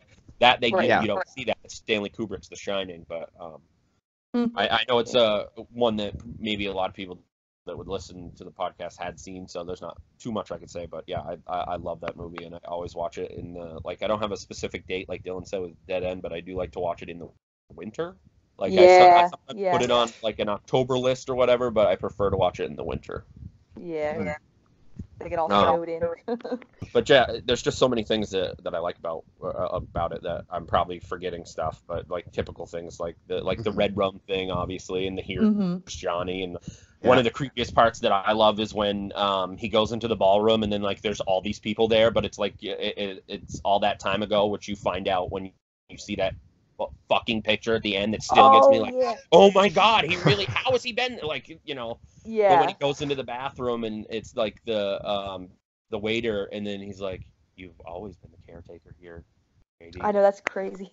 Like, where's your kids or where's your wife and blah blah blah. And it's like, there's just nothing about it that I don't like. Yeah. I love it so much. Dylan, do you want to say something? Well, I have a lot to say too. Well, that's one that I grew up watching it too, and I own it now, but for the longest time I didn't. I don't know why. But I know there was a point where I then saw the miniseries, and I really loved the miniseries I just like the because mini. I Yeah. liked that it was Right, way for the longer. book. Yeah. Yeah. Yeah, and you just spent more time in it. But I mean, there's nothing. I mean, I'm sure Stephen King might have some negative things to say about it, but I don't think there's any. I think it's just that in its own league of its own at this point in the genre Yeah. that even it's. I think it's one of those movies that even if and this is a foreign concept to our brains, but people that are like, you enjoy watching horror movies, you're great. What's wrong with you? Yeah. But I feel like The Shining is that big of a movie that it's one that everybody's seen and everybody should see. Yeah, but, good point. Yeah. No, I don't like horror. But I like The Shining. Yeah. Yeah. Kind of. Yeah. That's true actually. Yeah, I never thought like some people that don't even like are not like us that are like obsessed with horror or whatever, but like I feel like that is one of those movies that everybody's probably seen or at least heard of and knows like the quotes from it, like Red Rum and all that stuff, and everybody knows the twins and the long hallways and stuff, and I love that movie, and I agree with you, Eric. I know. Yeah, come play with it. I love that. I also read the book, so I totally get Stephen King's point of why he didn't really like it, and I get that they changed a lot, but I think like we were talking about how sometimes remakes change stuff and it actually works and it's fine. So I think what Stanley Kubrick did was amazing. It was his own version. The miniseries is definitely closer to the book. I do like the miniseries too, but The Shining will always be a classic, and I fucking love Jack Nicholson. Like I can't he's just great. So I mean, yeah, it's one of the ones I grew up with as well. It actually came to my theater I think 2 years ago around Halloween time, and my dad does not like to go to the movies anymore. He's just like, the type of man that likes to sit in his house and watch his movies on his TV, blah, blah, blah. But I said, Dad, they're bringing the Shining back to the theater. Do you want to go see it? And he was like, oh, hell yeah. And we all like went as like a family. It was really, really cool to see it on the big screen. Like that was awesome. I did a similar thing at our theater because they play a lot of old movies on classic nights and stuff. So it was fun because it was awesome. I'm old, but I'm not that old. Yeah, because what year did The Shining come out? 81? 80. It was okay. filmed in 79, but it came out in 81. Yeah, I love it too. Again, there's probably not anything we can really say that has not been said. It's such a classic at this point. Stanley Kubrick's an amazing director. I like a lot of his other movies as well. I like Stanley Kubrick as a director.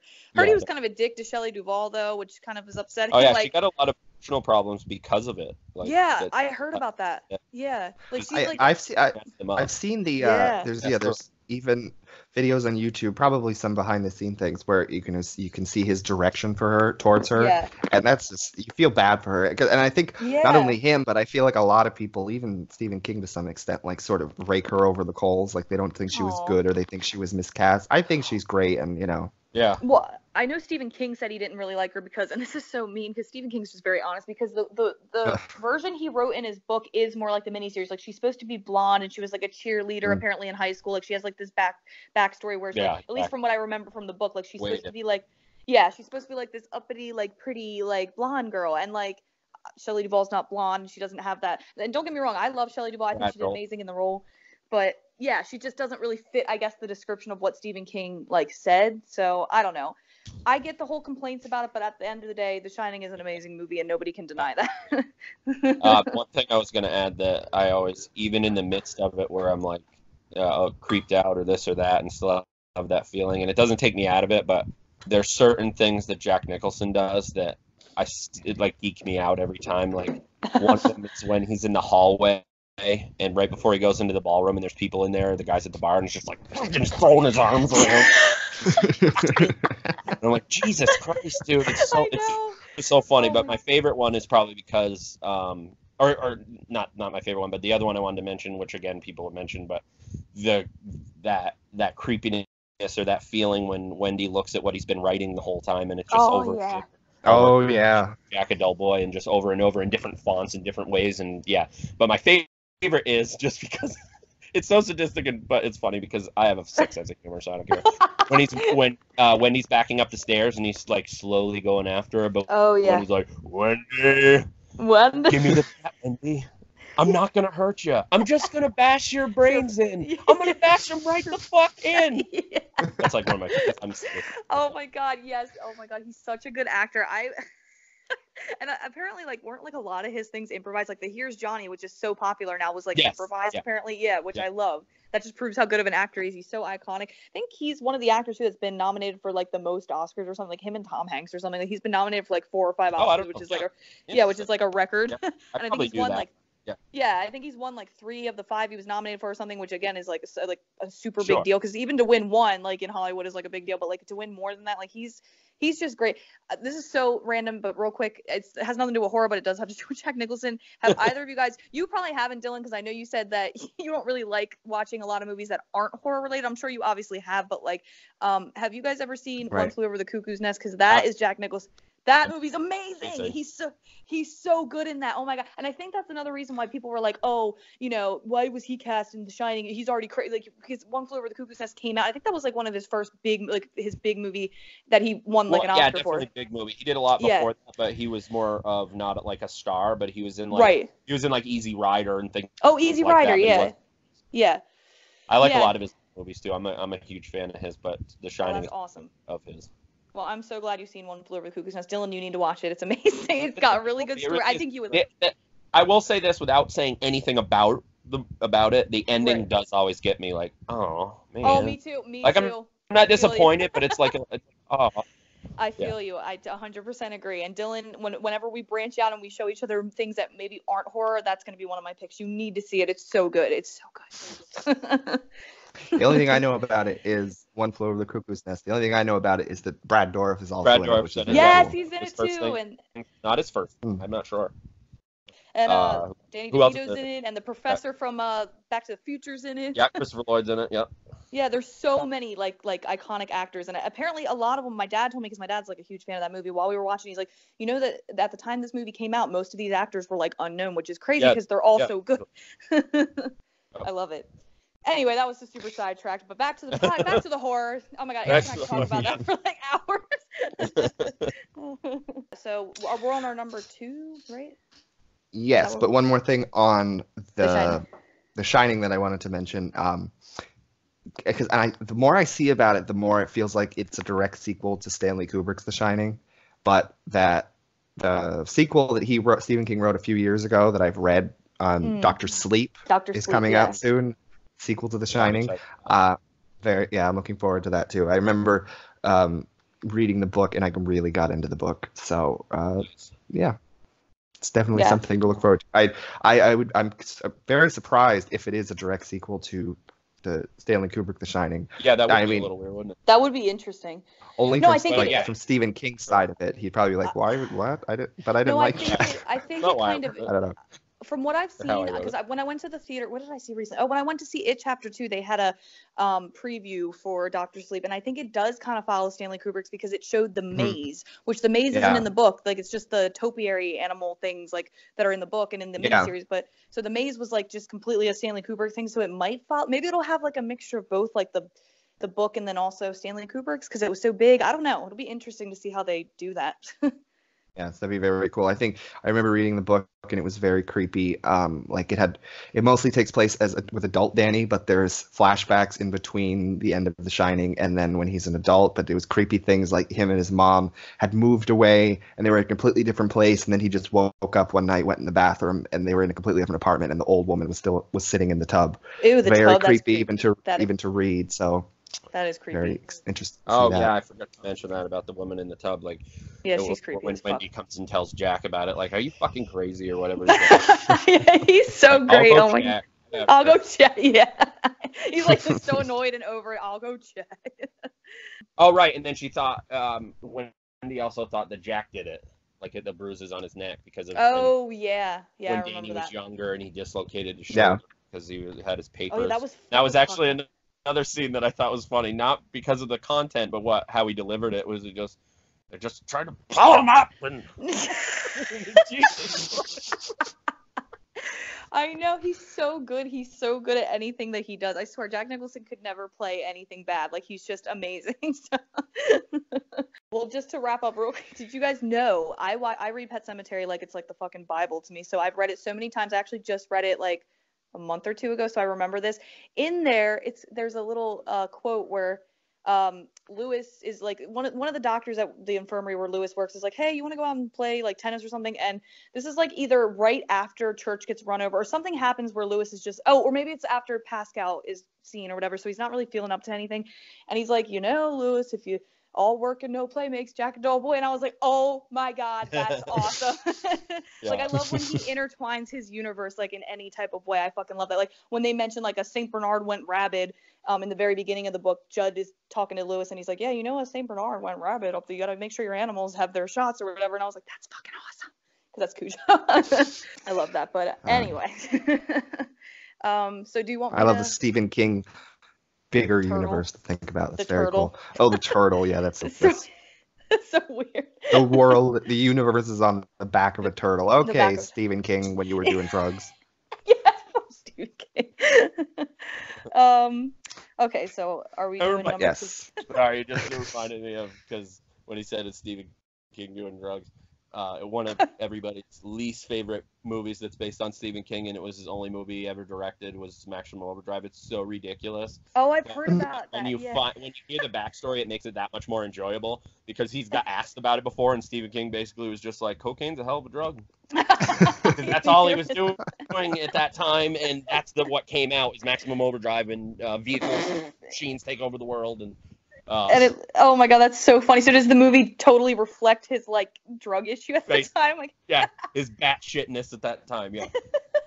Yeah, doesn't he have like no memory of writing Cujo either? I remember reading that, like he wrote the entire book of Cujo like drunk and stoned and all fucked up, and he doesn't really remember. I think I've heard that too. Like, how do you write a really good? Because I've read Cujo. I'm a really big fan of the movie, so I did read the book, and it's a really good book, and it's put together well, and it's just like, how the fuck did he write this all fucked up? Like, damn. I don't know. I mean, this is but it's kind of horror related. It's music related, but I'm a huge Alice Cooper fan.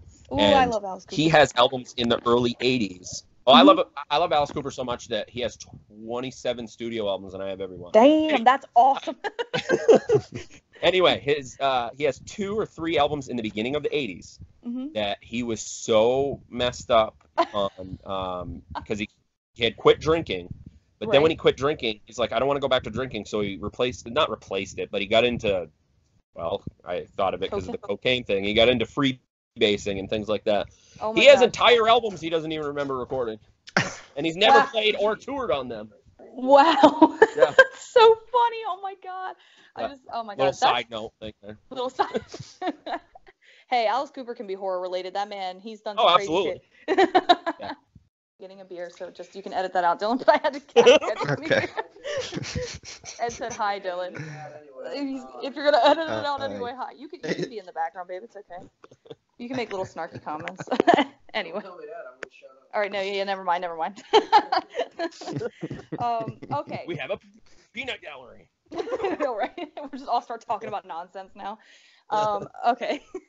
Okay, so my number 2 is Dylan, this is a movie I showed you. I love this. I'm sure you probably assumed it was going to be on my top 5 because I talk about it all the time. I always say that this is my next favorite after Pet Sematary. I just spoiled my list, but whatever. And that is Wes Craven's People Under the Stairs. I love this fucking movie. Another one I grew up with. My dad showed it to me when I was younger. I just think it's so unique. It's so, and it has that eerie feeling to me too, because I always put myself in the position of the characters. Like, what if you got trapped in a fucking house like that with these batshit crazy people? There's no way out. The windows are unbreakable. Oh wait, with mommy and daddy who are apparently siblings or something. Yeah, it's fucked up. The story is so fucked up. Oh my god, I love it. I absolutely love it. And I think honestly, out of all of Wes Craven's things, it gets like the least amount of attention. Maybe that's not true, but like to me, I always feel like it's kind of underappreciated. Yeah, I feel like a lot of people either have never heard of it. Like when I say it to some people, even friends of mine that are into horror, they're like, oh yeah, I've never seen that one. Granted, a lot of the people that are friends of mine that like horror, like the newer horror stuff, like, The Conjuring, they're into that type of horror, whereas I, stick to like the classics usually. But I don't know, I just feel like it, because like even Eric, earlier when you were mentioning some of Wes Craven's movies, it was like, The Hills Have, like he's got so many that are really, really known and really good.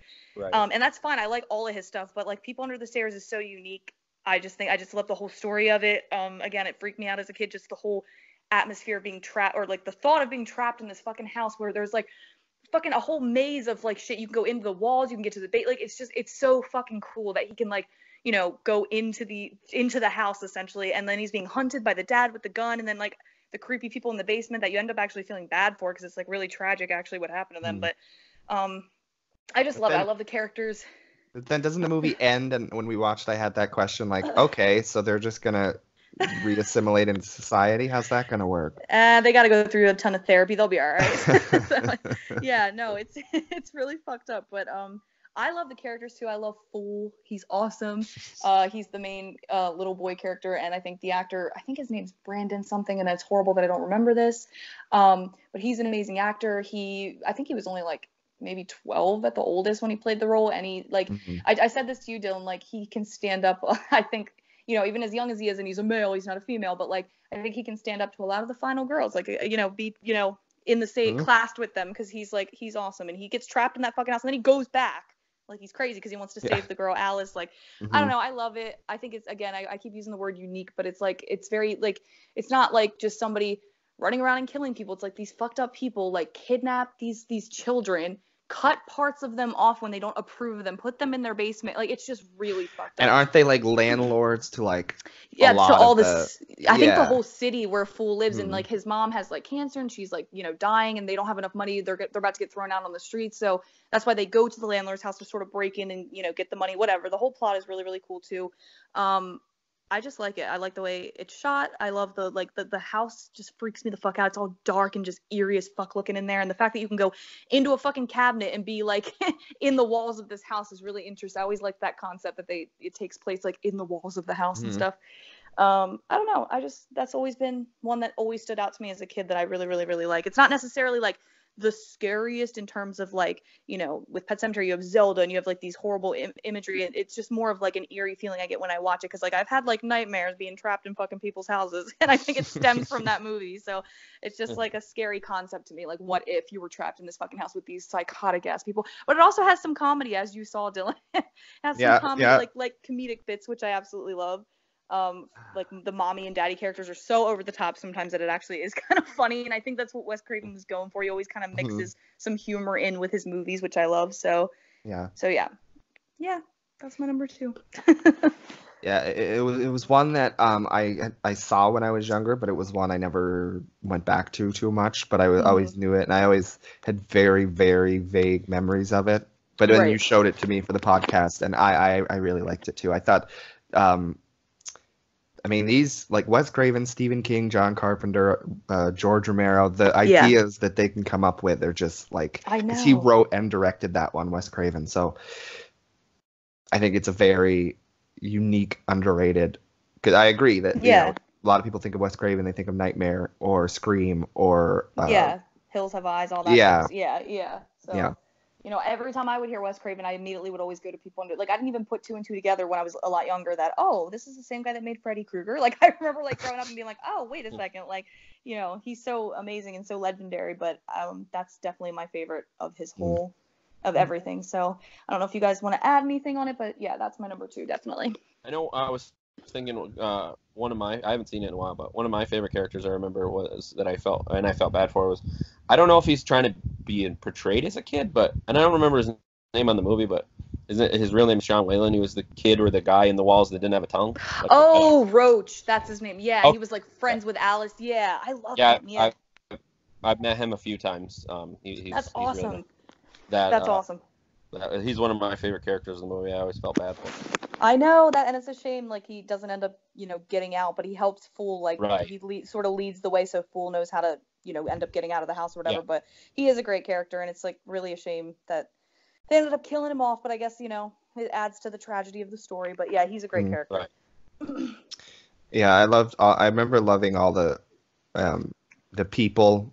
I thought the people under the stairs, because they were there for so long, so I guess they were just sort of dulled down or whatever. But I just love when they were trying to help Fool and things at certain points, but they were like slowly learning his name, and I remember parts where they're just like Foo, trying to help him.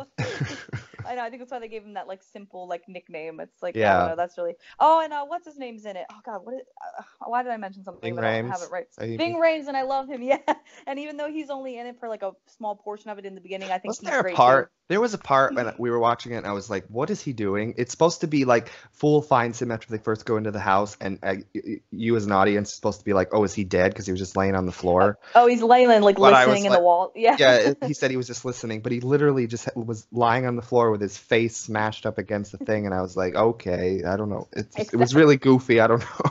Well, even Fool kind of points out, he's like, I thought you were dead, Leroy. You were just laying there. And he's like, a man ain't dead just because he's laying on the floor. I'm like, what the fuck? Is that supposed to be some wise quote? What's that mean? I love it. No, some of the humor, though, remember when he finds Spencer's like their friend that goes into the house first, and he obviously dies, and Fool finds him in the basement, and he's like pale white, and he looks like, and then Leroy's like, are you sure he's dead? And he's like, you thought he was white before? You should see that sucker now. I love that line. So there is a lot of humor, and I think that comes from like Fool. He's great. Like the whole movie's great. Definitely underrated. I loved it with the black humor in the movie. It was very funny. It was, yeah, and that's definitely like a Wes Craven thing. I love it. So I Yep. definitely recommend it to anybody. You guys need to watch it again. Well, you said you haven't seen it in a while, Eric. You got to watch it again. You own it though, right? Because I think that's how Dylan, isn't that? Yeah. So. Yeah, I just got it back from him, so the more reason to watch it again. I just got it back from you, and we watched it like months ago. I love that. Yeah. Yeah, it was one of the many movies that you wanted to show me, and you were just like, "Oh, do you think you can rent it?" It's like, "No, I just get it from my brother." The many thousand movies. Like, no, I'll just go to his library. I don't need to. I was like, "Are you sure he has it?" You're like, "Yes, I 100% know he has this one." I was like, "Okay." Well, that was a very good pick. I knew it. I knew it would be there somewhere. Just you talk about it, but yeah. Yeah, I love it. Well, I think I'll just quickly talk about my number 2 because it was already mentioned, and there was just a couple things I wanted to add. But my number 2 is Pet Sematary. It's one of those movies that I have such a strong connection for. I think the movie itself. Like we were talking about Zelda, and it's like I don't like. Sometimes I bounce back. Like there's not a. She only has like 3 scenes in the movie, and it's always like a thought like, God, which one is more freaky? I don't know. I know. I think I boiled it down to her last scene where she's just in the corner when Rachel comes in and she runs straight at her. Oh my God, I know. The way that's shot too is so, because you don't see her right away. She's just in the corner and she moves. The only time she like blends in with like the background, and then when she moves her pale face, you see her, and oh my God, it's so fucking creepy. And then I wanted to mention like the acting too. I think the performances are incredibly strong, especially with the subject matter the movie's dealing with. I think everyone did a great job, especially Nico Denise Hughes, who should have fucking won an Oscar at 2 years old. Yeah. To the point where they were like the remake, they just didn't even. They probably were like, we can't compete with that, or we don't want to try, because it's a hard thing to find a 3-year-old that's that's capable of that. Yeah. Make that turn, but yeah, they got really lucky, and Mary Lambert was very smart, just sticking to her guns and like, no, I'm not getting twins. I want. Because Paramount wanted twins so they could just keep shooting, and I get the whole thing with that, but like Nico Hughes was definitely like something special, and I'm so glad she won that like battle with like getting him in the movie. Well, I know we'll talk about it once more. I do like how it made all 3 of our lists. I will say that's awesome. Oh yeah, I got 3, 2, and then. Yeah. I know we're gonna pop up. The last thing I want to mention on it, which I mention every time I say, because I feel like if I don't, because I said this movie, it's, I guess, personal. I don't know. I've told you a lot about it, Brandi. I have my tattoo. Eric knows because he knew this creature. Aww. But to the point where that church in the movie was so like crazy and whatever, that I had a cat that was very similar. Aww. Looks and everything, but behavior very much so. That Didn't she only like you or something? I think she only liked Dylan. Yeah, that's what he always tells me. And was she that smoky gray color the way she was? Yeah, she was just smaller. I think she liked me, and she liked our mom, because my mom always said, I fed her. Everyone else couldn't even sit near me.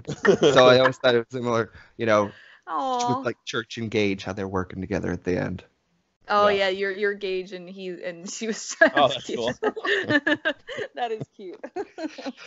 But I really like that you actually did name her Church. She was a girl though, right? A female, because I know Church in the movie's a male, I think. Yeah, right. That's so. I like that though, and especially if you got. I always told you have to find a picture of her and send it to me, because like I am not a big cat person. I'm more of a dog person. However, I think that smoky gray look of that cat. I think that's a cool fucking looking cat. So like I would love to see what like she actually looked like.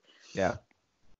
So yeah, that was my quick mention of Pet Sematary. I know we already talked about it, and I'm not talking about it because I think maybe it might be on my list somewhere. Who knows? I'd be so surprised if you got to your number one and you're just like, oh, well, I wanted to include it, but I had to kick it out of my top I five. had to kick. Yo, I'm gonna shock you guys. Instead of Pet Sematary being my number one, maybe it's an honorable mention. Wink, wink. It's like I've blown it up too much. I've gotten too excited. Like when Eric mentioned it for his number 3, I was like, yes! I could not contain myself. I had to like shout. If we want to, then we can quickly, and we don't have to talk too much about them because we have a few, and then we can get to our number ones. But if we wanted to quickly go through our 2 or 3 honorable mentions. Oh yeah. So Eric, if you wanted to mention the few that didn't quite make your top 5, but you wanted to mention. Yeah. I think 2 out of 3 of these would be not really a specific movie, but you'll get what I mean in a minute. Right. One would definitely be, and Dylan won't be surprised about this, but is the Friday the 13th franchise, because I'm just I'm the Jason guy, and that's just a franchise. But there's absolutely no way for me to pick one. So, Right. I mean, I won't even go into them, but I wanted to say I was able to pick my top 5 Friday the 13th movies. It'd be That's 4, awesome. 3, 6, 8, and 2 or 7. That one I wasn't sure about, but I wanted to mention that because it's a huge part of and I've met like so many of the Jasons, and I'm a big old Friday the 13th nerd. I like it. I had Halloween in there, but we kind of mentioned it, and we're probably going to get into that sometime in the future, so I'll leave that as well. Yeah. Oh yeah, that's true. Little hint. But my second thing is actually a director, because in my top 5 there wasn't any Italian horror movies, and I'm a huge fan of 70s and 80s Italian horror movies. Yeah. And Dylan's seen a couple that I've he's either asked about or I introduced him, and the director's Lucio Fulci. He's like my favorite Italian director. He's in my top 5 directors in general. Ooh, we should do one like that. That's an awesome But top 5 directors.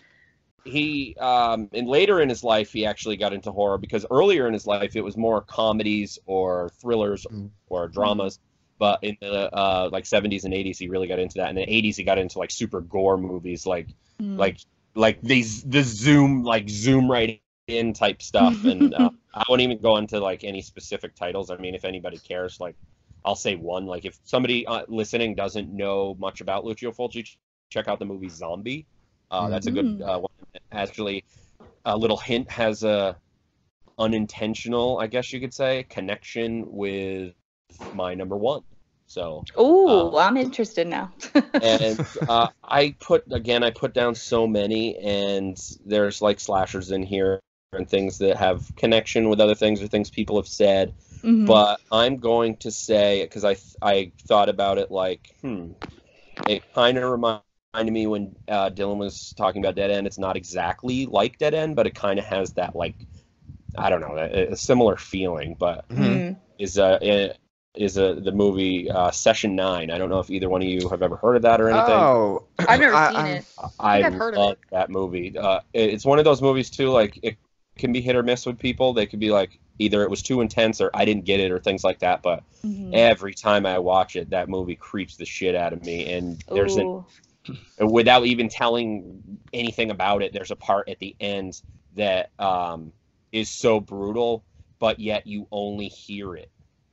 Oh, like one of those things. They don't show anything. You just hear it and you know just what's going on, and you're like, oh my fucking God. But what year did it come out?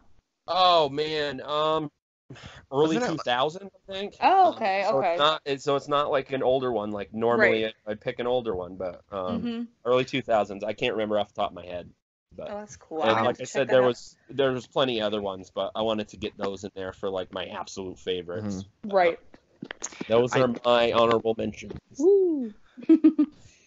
Well, awesome. I mean, that was actually cool and interesting that I know you couldn't limit the Friday to like 1 or 2, but like I love that. Even mentioning that as a whole, and even just like mentioning the director, because I've seen some of his movies, but I'm more familiar with Dario Argento. Oh, sure, yeah, and a lot of people are. Definitely. Lucio Fulci's usually right behind him, but I like Lucio like right above Dario. Yeah. Wait, who did Suspiria? Is that an Italian horror movie? Yeah.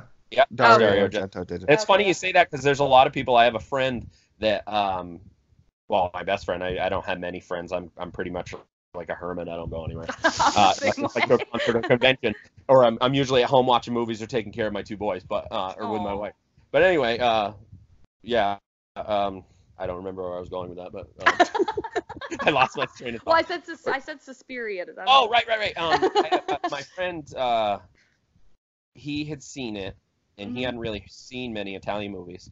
And I got so, like, teenage girl in high school, like, oh my God, do you understand that is Italian? And that is so, and he's like, oh my God, really? And I'm like, yes. And I'm like, I just go to my horror selection, and I'm like, you have to watch these, and then let me know if you like them, and I'll give you more, kind of thing. Oh my God.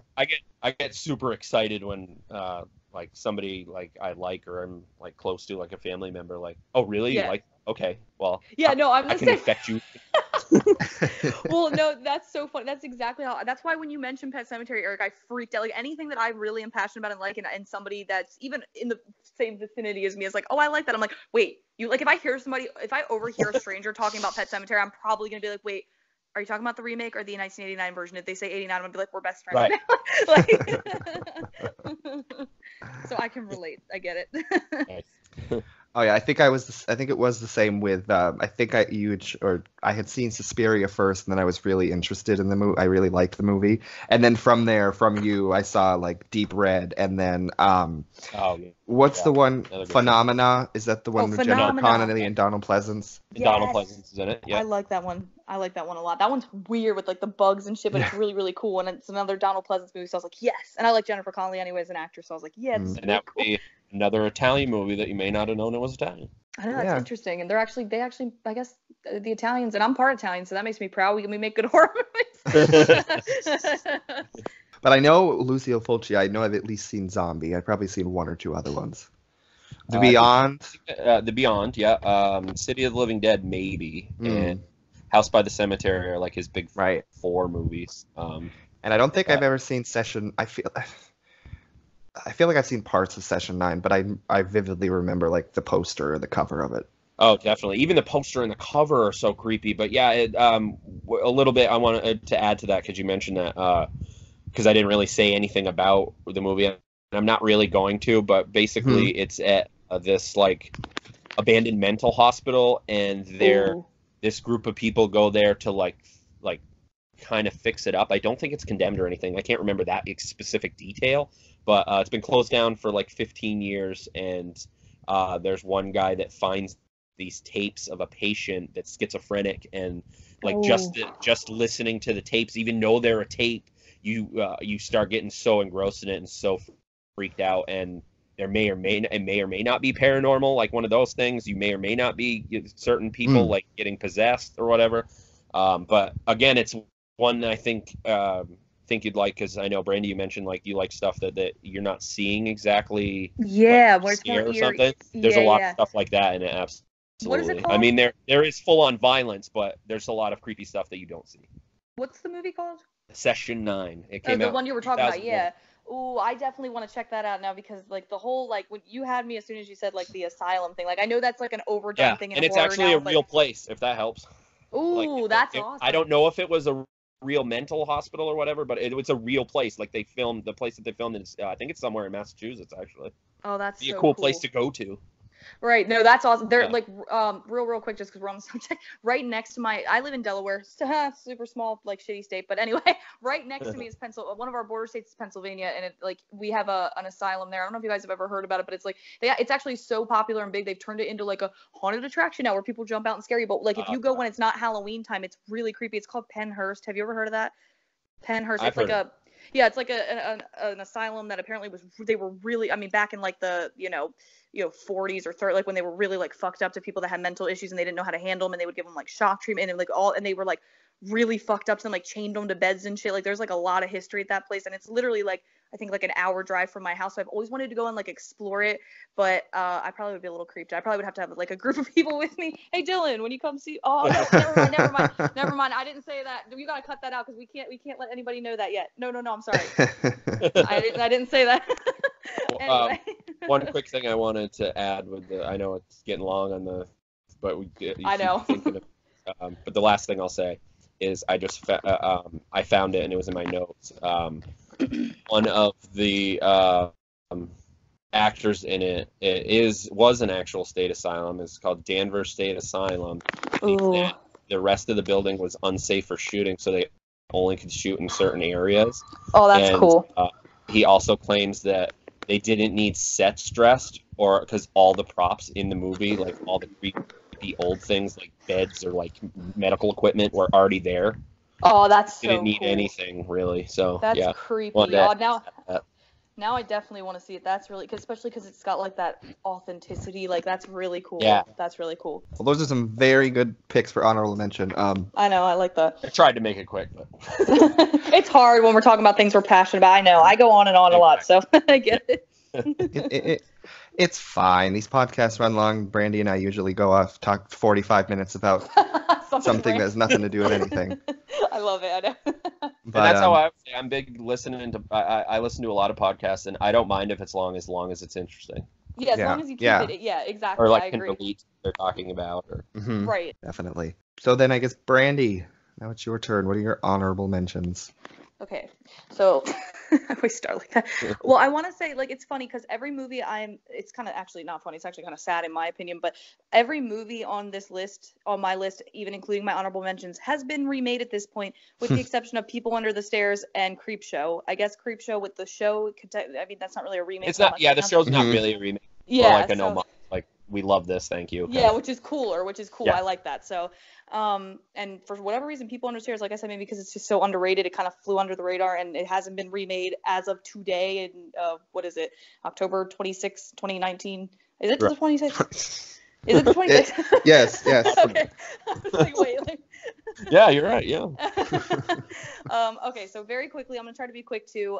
But I absolutely love these movies. These three movies I actually fought with what was gonna be my number 5. Eventually, Halloween won, as I already said. But Halloween almost became an honorable mention, and one of these movies was almost my number 5. So I guess I'll start with that one, and that is the original. Can I stress that enough? The original Amityville Horror that came out Nice. in 1979. Yeah. Oh my God. Yeah. Again, a movie I grew up on. Again, another movie that scared the fucking shit out of me just because it's fucking weird. Like, Dylan, I don't want to spoil too much because I know you've seen it, but you said it's been years, you don't remember a lot Mhm. about it. I do want to. It's Seen going to it be one once. of the I only remember like the main characters. That's all I remember.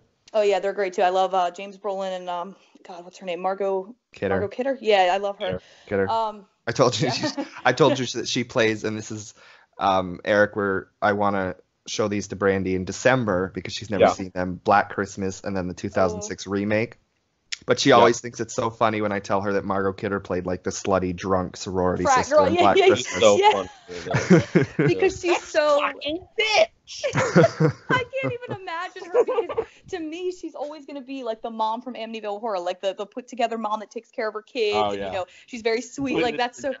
Yeah, it's such an opposite. Or to me, I'm most familiar with her, which is not a big role of hers at all, but she's Laurie's therapist in Rob Zombie's Halloween 2. And Oh, that was we cool. talked- Yeah. I forgot that. yeah, Yeah. I remember you got really mad, Brandi, in the movie when Laurie was like cussing her out because you were like, "You do not say that to Margot Kidder." She is a legend in the horror world. You do not talk to her like that. No, but very quickly on Amityville, again, another one I grew up with, another one that did scare the shit out of me for weird, because it's very like, Eric, if you've seen it more recent, you might remember more than Dylan, but it always freaked me out. There's the Margot Kidder and, what's his name? James Brolin. They have a daughter in it, a little girl, and she becomes Uh-huh. friends with like the little girl spirit of the house or whatever. Right. And her name's Jody, the little girl spirit.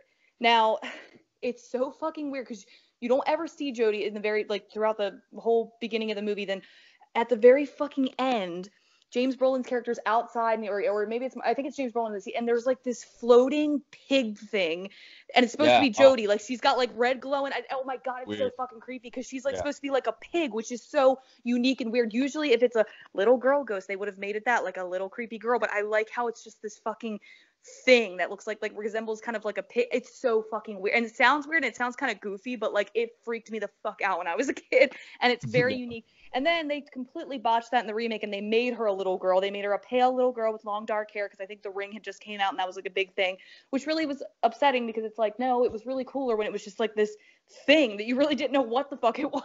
Yeah. So that always stood out to me, and I know I kind of spoiled that, Dylan, but when you see it, you're gonna be like, dude, it's fucking creepy. Even, you know, Ed, my boyfriend, who doesn't really get scared a lot, I remember when I showed it to him, he was like, what the fuck is that thing? I was like, so it's like, yeah, it's pretty creepy. But that was just real quick on that one. Absolutely love that movie. Hate the remake. Ryan Reynolds completely was miscast. I do have fun watching the remake though, just because I love the original I was so gonna much. say that too. Yeah, I Yeah, like it. It's a fun movie to watch, but Mhm. I'll add also quickly that it's cool that you mentioned that because I'm a huge Amityville horror fan in Oh, that's general. awesome. But the That's first one I awesome. like the most, but I Right. know you're not big on sequels, but the second one is really good. Good. I might have to try. What year did that one come out? It's 81, I think. It's called Then it'd still Amityville be good. 2: The Possession or something like that. But it's Oh, okay. really, really good. And the sequels just get different, more and different as they go on. But I also Right. like shitty movies too. So Oh. some movies can be so bad that they're just fun to watch. So. That's what I said. I said to Dylan, I said, after we watched the original, obviously it's one of my favorites. I said I do want to show you the one with Ryan Reynolds, like the remake, just so you can see comparatively how bad it is. And even I said that to you, Brandon, because I just mentioned it, and I think Eric, you can vouch for this too. The Black Christmas remake is completely over the top and stupid, but it's fun. Yeah, to watch. I can't believe they're doing it again though. I know. The trailer really looks bad, but I mean, I don't try to judge a movie on that, but like, I know the first remake wasn't faithful, but we're at the point where we're remaking for a second time. It's like that's getting a little much. The first remake, I guess you could call it at this point. I like some of the stuff they added to it. It didn't touch the original, but I still like it. I like it more the more times I watch it. But back to Amityville Horror. Well, no, and just to wrap up, like I said, I didn't want to do too long on my honorable mentions, although it's really hard. But Dylan, remember when we were talking about Chloe? You guys know who Chloe Grace Moretz is, obviously. Really good actress. I like her. Very, very pretty girl. Like, I really, really like her. However, she is like notorious for starring in bad horror remakes. She was Carrie and I don't know if you like it, Eric. I know Dylan doesn't really mind the new Carrie. I absolutely hated it for a lot of reasons that I won't go into. I haven't seen them enough. Sometimes they blend together. Like, I don't know which one is like. Is which? I could rewatch it. I'm a huge fan of the original, of course. And me too. Yeah, I love that one. But she's the reason I mentioned her is I think she's in that the Suspiria remake. I didn't see that. I never even saw but she's also in Amityville Horror. She plays the little daughter girl, so it's kind of funny that she's like, I don't know why, I just wanted to mention, like, you and I've talked about that before, Dylan, like, why is Chloe Grace Moretz, like, she's such a good actress, but she always happens to like star in like horrible, shitty remakes of classic horror movies. It's like her thing. I thought about it. But anyway, Amityville Horror is awesome. Moving on, my other honorable mention that again fought for dominance for my number 5 spot was Poltergeist 1982, the original again. I love that movie. Again, another one I grew up on. I love the story. I love the family. You and I always talk about this, Dylan, that I think a lot of my favorite horror movies are less about like, teenagers, getting killed off like slasher, and they're more always about like a family. And I like that because it's like more real, I think. So Poltergeist, and it sets that right when you start watching the movie. Like the movie it's kind of like a slow start, and I like that because it takes time for you to get introduced to this whole family of people, so that when Carol Ann, the little girl, does go missing within the house or whatever, you just feel like, wow, that's really fucked up, and they can hear her through the TV, and it's just like, I don't know, I absolutely love that movie. It's a classic. So I think it's the only horror movie Steven Spielberg ever, like, did he direct it or wrote it or something? He wrote it, but there's always speculation. Toby Cooper actually directed it. Directed it. Yes, I love him. Steven Spielberg definitely had his hands in it, and the people that worked on the movie are always like, no, Toby totally directed this movie. However, Steven Spielberg did have his hands in it. He pretty much they were helping each other out because at the same time Steven Spielberg was doing E.T., so he couldn't do Poltergeist. Makes sense then, yeah, because I love E.T. too, just saying. But absolutely. I love all kinds of movies. Dylan knows that. Horror is my absolute obsession, but I love movies from all over time and all over comedies, dramas, black and white movies. Oh my God. When we hang up, then we are about to sit and talk for a whole hour about other movies. I'll be like, oh my God, do you like this movie? Do you like this movie? I love that. But yeah, no, Poltergeist was definitely, I think I showed it to you, Dylan. We never did a podcast on it. I do want to show it to you again so we can do it. Yeah. Because it's one of my absolute favorites. I definitely want to talk about it. I know you got really excited because I borrowed them from you, Eric, but we kind of got back into watching Tales from the Crypt, and she recognizes actors everywhere, but I know she got very excited because Zelda Rubinstein is in an episode, and it's like, you can't mistake her for anybody else. Clean. Yeah, she's great. She's so great.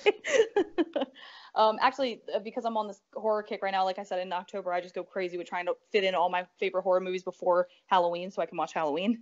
So Ed and I actually just watched Poltergeist, like I think like 2 weeks ago, and it just like every time I watch it, it was just like what Eric was talking about with like Pet Sematary, and just certain movies just never get old. They feel timeless. You're like just as excited or creeped out or whatever. Like when there's a certain movie that just has that thing about it, it's just like exciting to watch it no matter how many times you've seen it. And Poltergeist is definitely I like never get bored of that movie. I love it from beginning to end.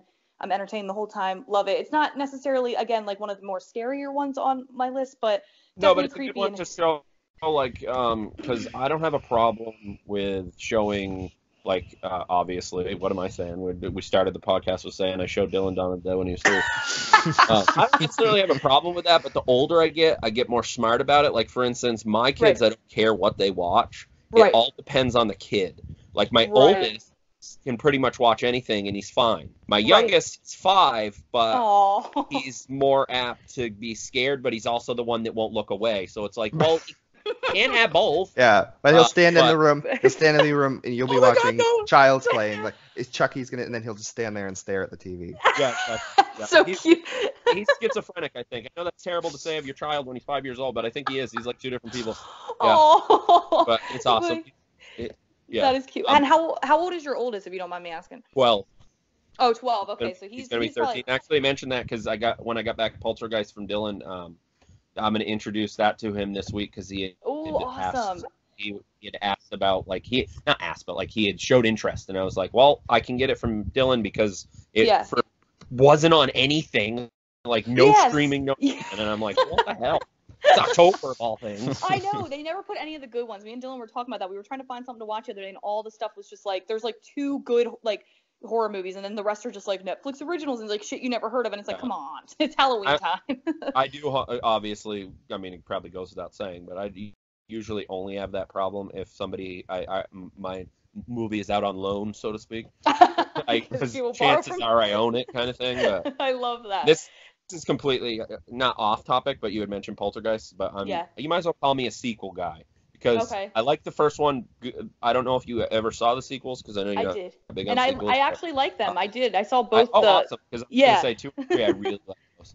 No, I like them, and I like that. I like the first one best, of course, but right, it's like the classic and the staple for it. But I did actually, I surprisingly liked the sequels. I haven't watched them in a while, but they're actually free right now. I think through Amazon. I have Amazon Prime. I might actually watch them and maybe show them to Ed.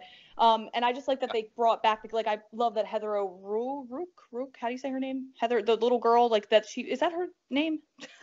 Now I'm like second guessing myself. And she's the one. She's the one that plays Carol Ann.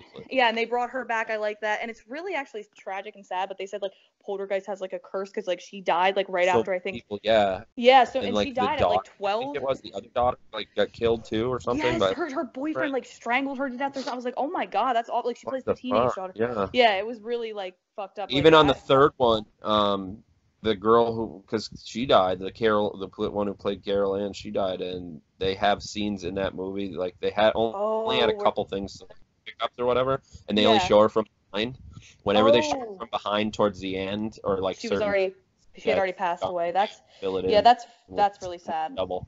Yeah. That's really sad. Yeah, and she died really young. I think she was only like 12 when she was finishing this movie. I think it was something like stomach thing or something. I know, it was like just like, she just caught something and just died. It's like really fucked up. And then I think the older sister in the first one, they say that the whole movie, especially like I hate to sound like that parent because I'm getting older, but I can't think about things like that. Like that's too scary to me. No, I know. I think like a lot. I think when you are a parent, like obviously Dylan and I don't have kids, but I think when you are a parent, you just feel that even more. Like wow, like that's. I mean, that's why I think when my mom, if I do show her Dead End, I think she's gonna feel, because like she's a mom and she's very close to all of us. Like I just think when you're a parent, it makes you a little more like, ooh, like that's not nice to think about. So like I can't even imagine. I don't even have kids, but like to like lose your kid before, like that's just like unthinkable. No. Anyway, after this very dark conversation, I guess we'll move. But my third and final honorable mention, and I will not talk about this one very long. I'm so sorry, Dylan, you're going to have so much editing, but is the original. Actually, I don't think this has actually been remade, but there are so many movies about this subject that try to capture what the original did, and it just will never work. And that is The Exorcist from 1973. Nice. I know Exorcist movies are so overdone nowadays with the Conjuring movies and everything, and it's like a big deal, but this was the movie. Like that one. Exactly. This was the movie Yeah. that started it all. Actually, very, very quickly, my aunt, every time I mentioned The Exorcist, she was like, oh my God, I saw that when it was in theaters in the 70s. And she was like, she said that All that she. controversy behind it and people Yeah, freak. yeah. Yeah. Yeah, poor Linda Blair, who obviously plays Regan in the movie, like she would like walk down the street and people would like throw crucifix. Like people were ridiculous Oh my back then God. too. Like Yeah. everything was a little more religious back then too than it is like today. Right. But like so like they would like go up to her and like squirt her with holy water. She said at first like she almost regretted doing the role because it like almost damaged her career, and that's kind of fucked up. But like I mean, but overall it's a classic. It's an amazing movie. Like I said, my aunt saw it and she said she literally had to sleep with my uncle, which is her brother, and his wife that night. And he was like, get out, you know, he wanted to like, you know, he was just newly married. He probably wanted to be with his wife, and she was like, no, Sure. you made me go see that movie, and I'm Right. and she would not. Every time I mention it, she always says that. So and that was like my parents were very lenient, of course, of what we watched when we were younger. I grew up, you know, Pet Sematary. I was introduced to when I was 5. Although my parents didn't really know that was my older sister, and they did kind of bitch her out because I wouldn't go to sleep on my own for like months. But one movie we were never allowed to watch until we were, I think my dad was like, okay, when you're like 10 or 11, I'll let you watch The Exorcist. But every time our parents were watching it or our older, it was like, no, you can't go in that room. So I would just hear it, and it freaked me out even just hearing it without the images. And I always was like so interested. So when I was finally allowed to watch it, oh my God, I get why they didn't, because it's kind of, it is like really, really fucked up, but like the whole plot and everything. But it's a classic. Yeah. I'm surprised with age coming from me again with the 3-year-old thing with the because I haven't let my son watch it mainly because of the crucifix. Yes, that's what my parents they said. It wasn't necessarily like the horror elements of it that they were worried of. It was just like a lot of like, vulgarity in the movie, which is and that is a fucked up scene. Yeah, so no, that's a classic. Love that movie. I love the creepy song that plays that that's another classic. Definitely. Like along with John Carpenter's Halloween theme, I think the Exorcist theme. It's called Tubular Bells. Fucking creepy as shit. Every time I would hear that as a kid. And my dad had it as a fucking ringtone. And it's funny, like, my parents are divorced now. They get along. They're fine. But, like, he had every time my mom called me, he's like, look what I have for her. And it was like the Exorcist theme. I'm like, Dad, you're horrible. It was so fun. That's another one from my childhood. Again, couldn't watch it till I was like 10 or 11, but still technically grew up with it and love it. And it's a big thing in my family. So nice. Means a lot to me. And I hope they never fully remake that one. Right. I'm a huge Linda Blair fan too, like overall too, like because I said I like all types of movies. She made stupid movies, she made funny movies, she made horror movies. But I met her last year. Did she do more horror? That was, like, oh, that's awesome. That was a bit of a like I don't get starstruck often, but I was like I'm actually nervous. Oh, that's awesome. So excited to meet you. That's what she said. She's like, oh. Has she done other horror movies other than The Exorcist?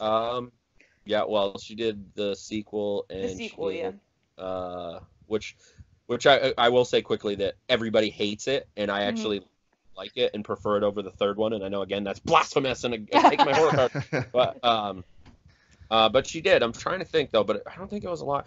She did a movie called Season of the Witch that wasn't really scary. It was like a TV movie, but it's really good. If you ever come across it, and Linda Blair's a little older in it, and it's really I like the Season of the Witch song, so She doesn't have an actual role, but you were pretty excited when she had that little cameo in Scream, Brandi. She's a reporter in Scream. Oh, yeah.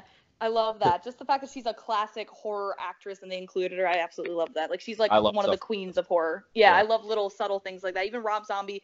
I'm not too crazy about his Halloween movies, although they're not terrible. They're not like the worst remakes I've ever seen, but I do absolutely adore that he, includes people like Margot Kidder and Dee Wallace and like these people that like mean a lot to me from the horror genre. I just love that. Like he definitely respects to some degree at least the horror genre, so I like that. Yeah, definitely. I always give him credit for that. Yeah, because at least he did something right. He included some classic people. We love that. But yeah, those are my honorable mentions: Poltergeist, Amityville, Exorcist. These are definitely 3 movies I want to watch with you, Dylan. I know we've watched Poltergeist, but I would love to rewatch it, do a podcast. Amityville, definitely.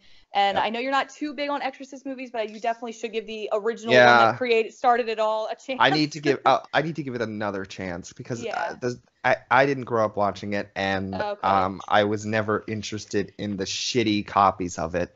Right. So I think when I did see it, it didn't really do much for me. But I need to give it another chance because it's I was going gonna say, because you said shitty copies, that's the best time too. Whenever you do, just ask me. I have a really nice, amazing looking Blu-ray of it. Oh, Dylan, you gotta take a picture of me. When you borrow that, take a picture. That's awesome. All right, well then, I have finally do your honorable mentions, Dylan. yeah.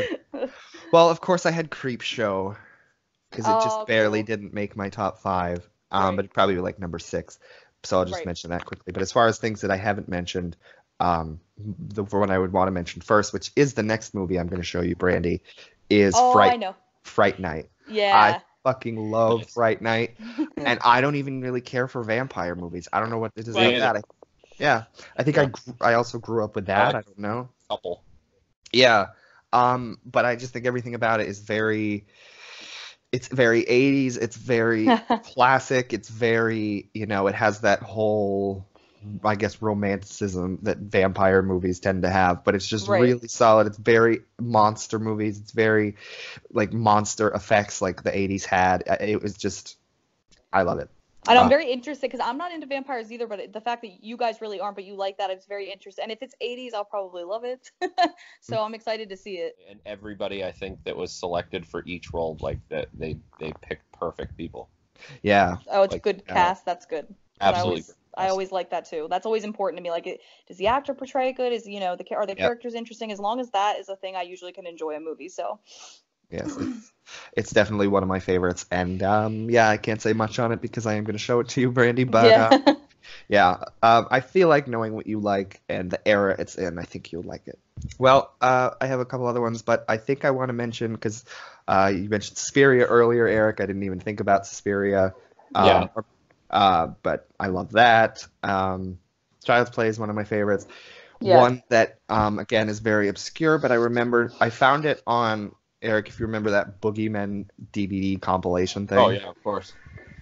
The Ugly. I still have it. I gave it to Ed, though, because it was the perfect time to get to it. Mm-hmm. Well, there's a movie on it called, and the Boogeyman Brandi is like it was a DVD compilation that was like something like a clip movie, and it was like about all the slashers. It would go from Freddy to Michael to Leatherface, all the slashers. And it was like a random thing, too, where like you hit the button and it like just generates a random clip to show you or something. That's cool shit. Yeah. Oh, I would like that. That's cool shit. But it had all the iconic ones. But then there was a movie called The Ugly that was on it. That I think is a New Zealand horror movie of all things. And that was very a very interesting plot about it, like a serial killer, and like this doctor comes to talk to him in his insane asylum, and he eventually breaks down, and there's this thing called The Ugly, which is not very descriptive, but I thought it was a very unique.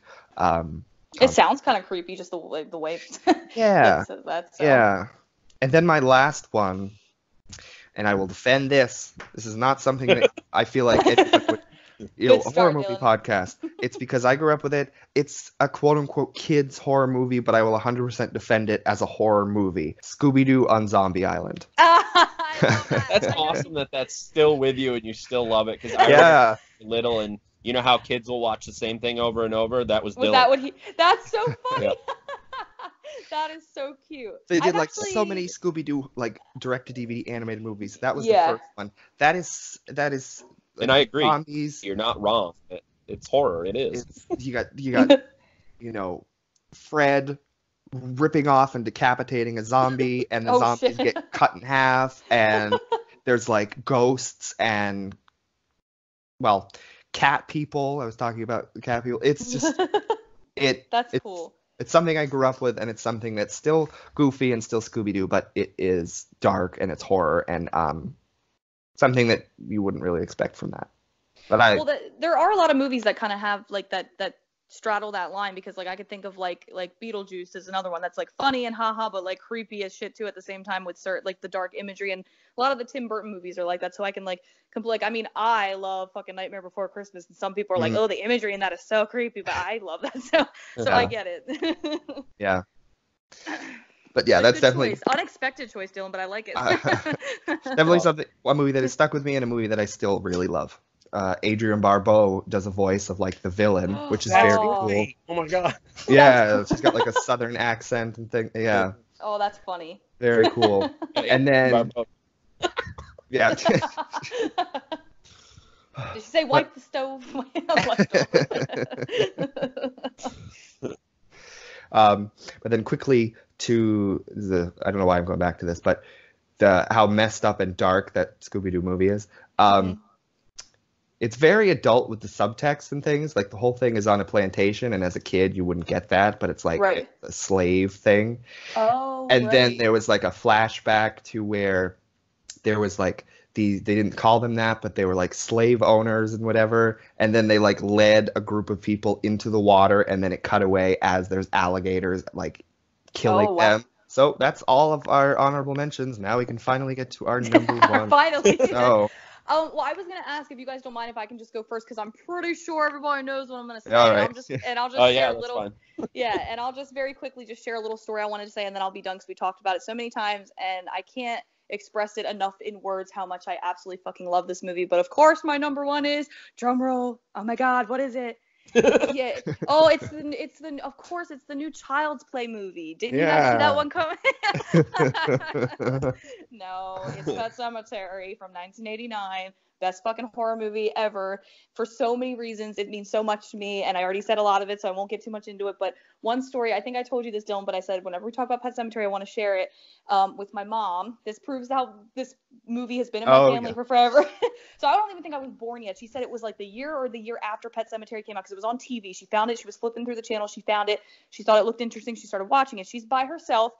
My dad was my parents were together at the time. My dad's like upstairs sleeping. He had to get up to go to work. Like my older brother and sister were probably in bed. I wasn't born yet. My younger sister wasn't born yet. So she's just down there watching this horror movie, and all of a sudden, and she said it had to be on a fucking Zelda part too, because there was, she was getting real creeped out, like looking at Zelda or whatever, and then a dish or something upstairs in our kitchen fell. Something fell, and she like jumped up, bolted upstairs, and like jumped in bed with my dad and like put the covers over it. And she said the next day she got up and went downstairs and realized it was just like, like a dish in the drain board that wasn't sitting correctly, and it like fell a little bit. But I was just like, that is so funny, because that's like, that whole story is just like, wow, like even before I was born, these bitches were watching this movie and like really liked it and were affected by it. So, then I came along and my sister's like, hey, you want to see something? And I'm like, yeah. And I'm all young and I even don't know what the hell's like, and I mean, I hate to admit this because I'm such a horror fan now, but I was such a little pussy back then. Everything scared me. So like I could not sleep on my own. And I'm not exaggerating when I tell you guys this.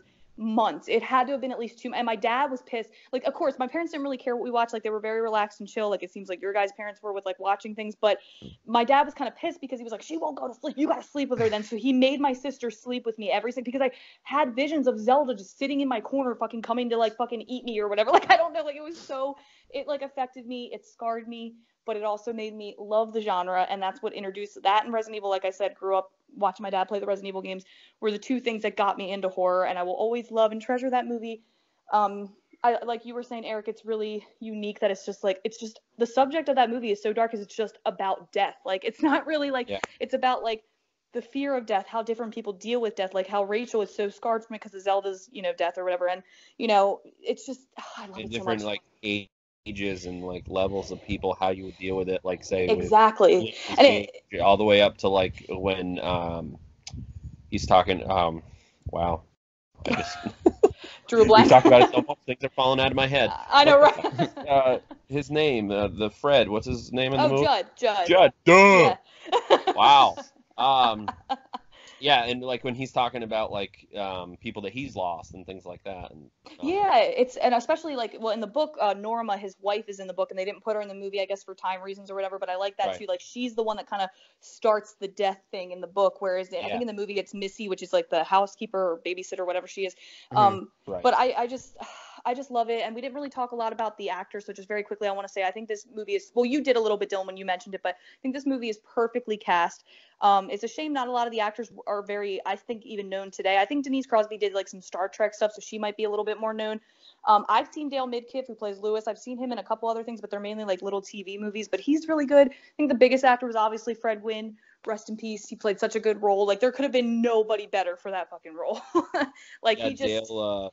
That was his only horror movie. He told me. Oh, Dale. Met him. Oh, you met him. I hate you guys. You guys both met. That's yeah, so awesome. He even told me that. He's like, "Yep, that was my only horror movie," and I was like, "Wow, what a great movie to be your only horror movie." Right. If you're gonna do just one, I mean, that's a hell of a one to fucking be a part of. So I had him sign an 8x10. That's almost the last frame when his wife comes back. And you see that's so awesome. Yeah, but go ahead. Sorry. I was gonna ask too, because now I'm interested. Did you ever meet anybody else like Denise Crosby, Miko Hughes, any of the other like actors? Miko, I've met Miko Hughes. I didn't get his autograph, but I know Dylan's. Have you met him a couple times or just that one time? Miko Hughes? Yeah. Just that one time, and I've told the story to Brandi before that I always feel bad because I was like talking to him and he signed my thing and I was talking to him about one thing or another and then I just walked away and didn't pay him. And then I realized later I didn't pay him. Oh, that's fine. He's probably fine. Oh, I know, because usually they're real on such a good conversation. Maybe he didn't even think of it like, oh wow, that's true. Oh well, the conversation kind of thing. Oh man, I'm so jealous of you. I want to go to a con so bad where they're all like I saw one on YouTube where they did a whole panel and it's everybody. They got like Brad Greenquist up there with like, and they got the guy who played Zelda. I think his name's Andrew something. I can never say his last name, but like they got like everybody on this panel. And I'm like, if I could go to a con where it was all of them, it'd be worth any amount of money. Like I want to meet them all so fucking bad. So I'm so jealous that you guys did, but that's so awesome. Yeah. But yeah, just to completely wrap up, I absolutely love this movie. I love the actors. I love everything about it. I love the story. It's so unique. The way it was shot, Mary Lambert is a genius. The music is so haunting. I actually had the opening song where they're showing the graves on my iPod, and I was laying there one night just shuffling through my iPod, trying to fall asleep, and that shit came on, and I actually had to change it because it just, even the imagery in that movie, it just freaks me. It's one of those movies that still to this day scares me, and I'm not ashamed to say that because a lot of people have said that about this movie, that it really, really did freak them out. So that proves it's a good horror movie. Yeah, exactly. Like I said when I was talking about mine, I still, it doesn't matter how many times I see it and how old I get, it's still the same. Like you still feel the same.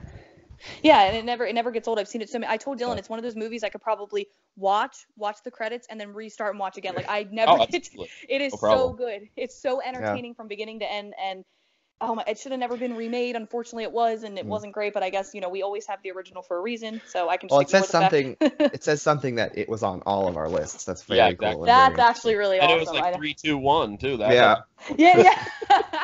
That's actually I did not expect that. Like I kind of thought maybe it would be on yours, Dylan, because we talk about it a lot. I love that it was so low on your list. I did not really, for whatever reason, expect it would be on Eric, just because Eric, you like so many different horror movies. I'm like, what are the chances that my favorite one will be on there? Like I was just like, So then when you said it, I'm like, yes, that's awesome. Freaked out.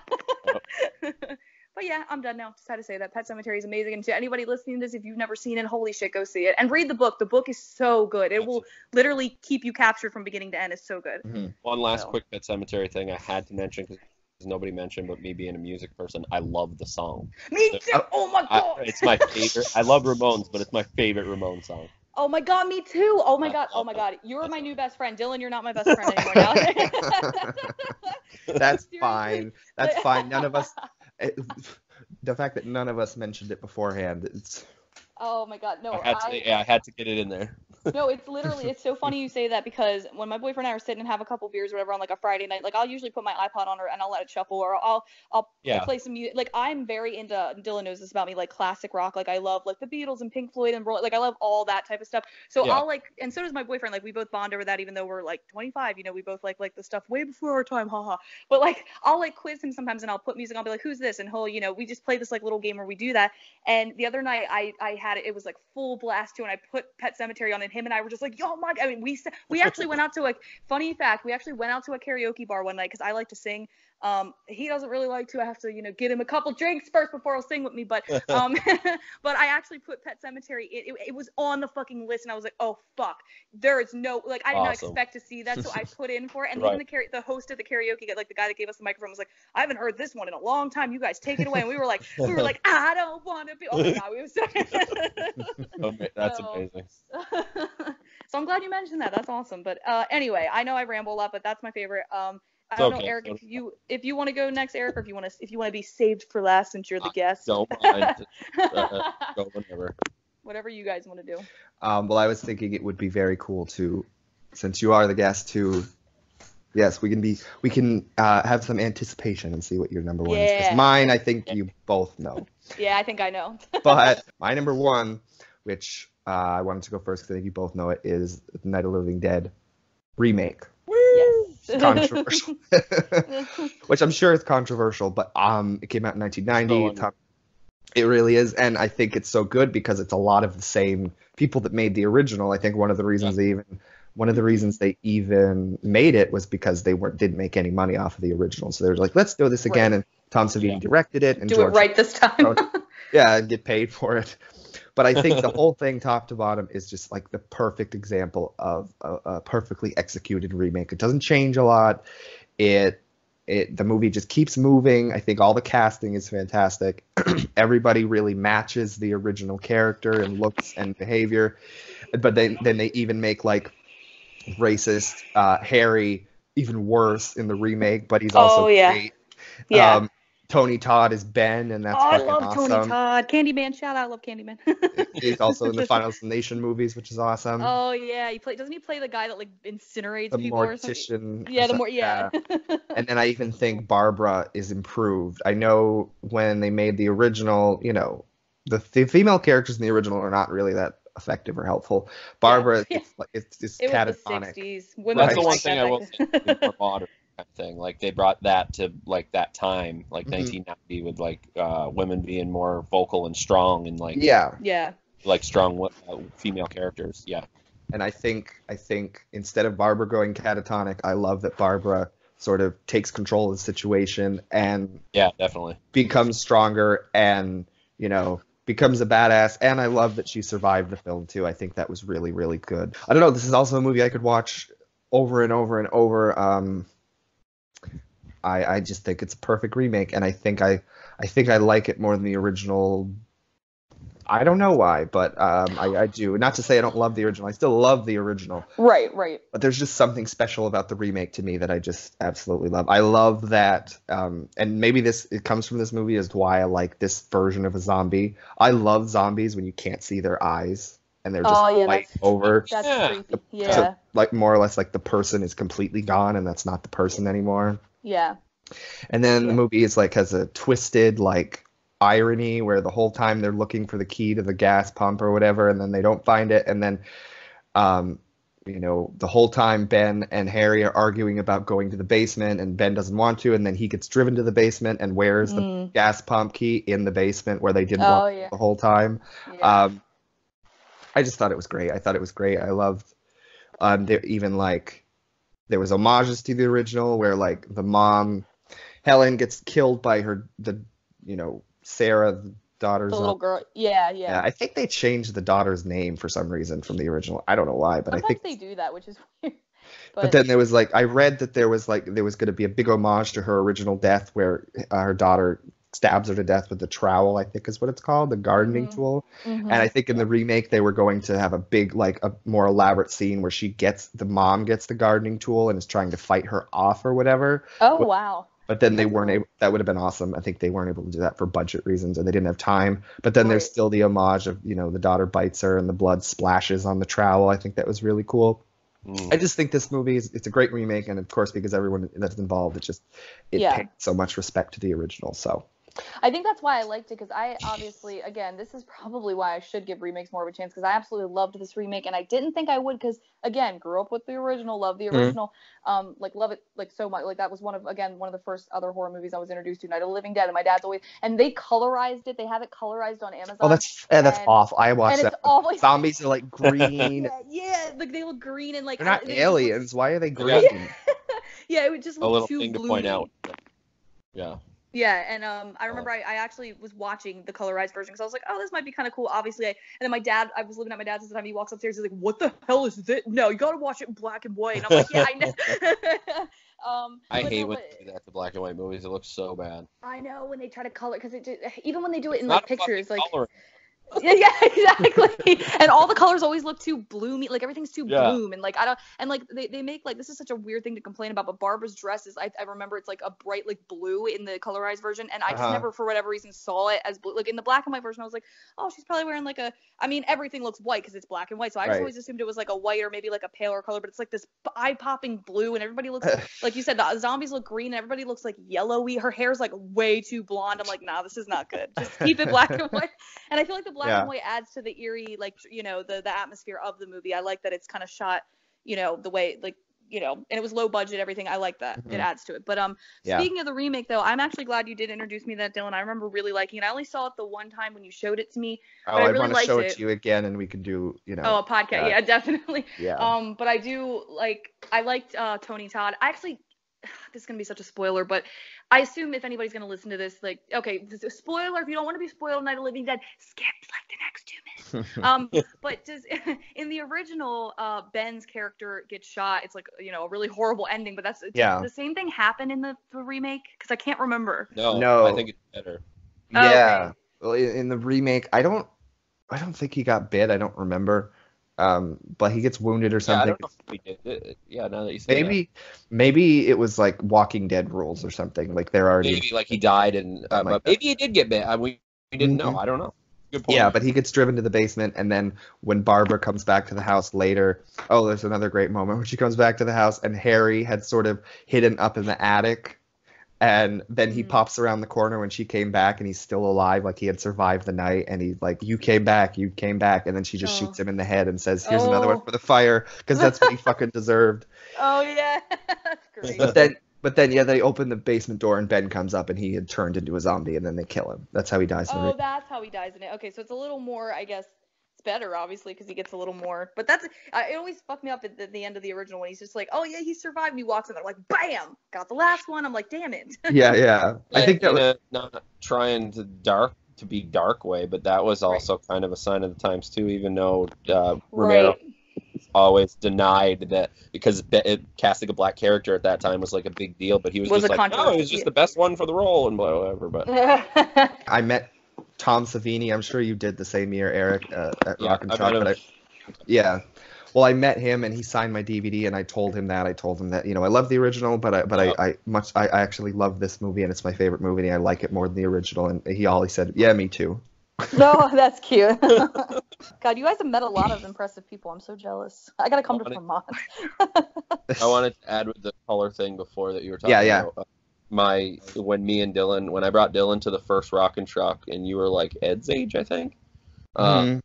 We met George Romero. I'll never forget the first time meeting George Romero. It was so great, but I was so like deflated because at the time it wasn't like now. Like I can find shirts for pretty much anything, but I couldn't find like a really good Night of the Living Dead shirt, and I really wanted one, and I brought it, and I didn't even think about it. And now I'd be like, get that fucking thing away from me. But George looked at it, and he's like, he's like, I didn't even point it out, but he just looks at it with disgust, and he's like, it's in color. And I was just so deflated because it was like the first time I've ever been to a convention and a meeting like George Romero. Oh my God. And he said that, and I'm like, I know. Like a scolded child. Like, I know. I'm sorry. I love that. Oh man. But yeah, Daniel found that shirt like a couple years ago, and he's like, hey, I found your shirt. Do you want it back? I was like, no, keep it. Do whatever you want. No, keep it. Oh my God. I think I actually saw the picture of you, Dylan, when you met George Romero, and you were all cute and little. I do remember that because I remember when he passed away, I think you put it on Twitter or whatever because you were like, oh, I'm so glad I got to meet him or whatever. Yeah. I also had him sign he wrote the script for the first script for the Resident Evil movie that they didn't end up using because then some producer said, oh, it was shit. And then look at the garbage movies we got. I know, anyways, right? He signed that unproduced script, and I remember him saying like something like, "Oh, you know," he was really surprised to see that because it's unproduced, but it was just it was on a website that you could download and print. That's awesome. I remember that actually. Initially, you had asked me to do it, and then you changed your mind because you wanted to have a conversation with him about that.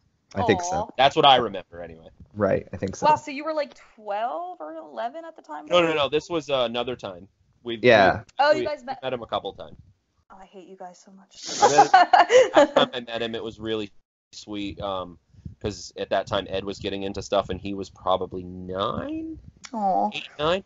and there was no line for like a break, and I just went over because I didn't have any money or anything, and I had already met him, but I wanted to say hello. Right. And Ed was so cute, he's not shy, so he's like, he goes up to him like he's an old friend, and he's like, "Hey, George," and George is like, "Oh, hey, how you doing?" And they talk for like a few minutes, and that's my last memory of George Romero. And that's a good one though. That's so sweet. I love that your son is not like, he's just like, hey, I love that. When we left too, he's like, "Have a good rest of your day, George." I was like, "Oh my god." Oh, he's sweet and polite though. You're raising him right. That is so sweet. Oh my god. That is adorable. I always forget his name's Ed though, so when you say Ed, I just immediately think of my Ed because my boyfriend's name's Ed, and I'm like, oh wait, that's. Oh, that makes sense. Yeah.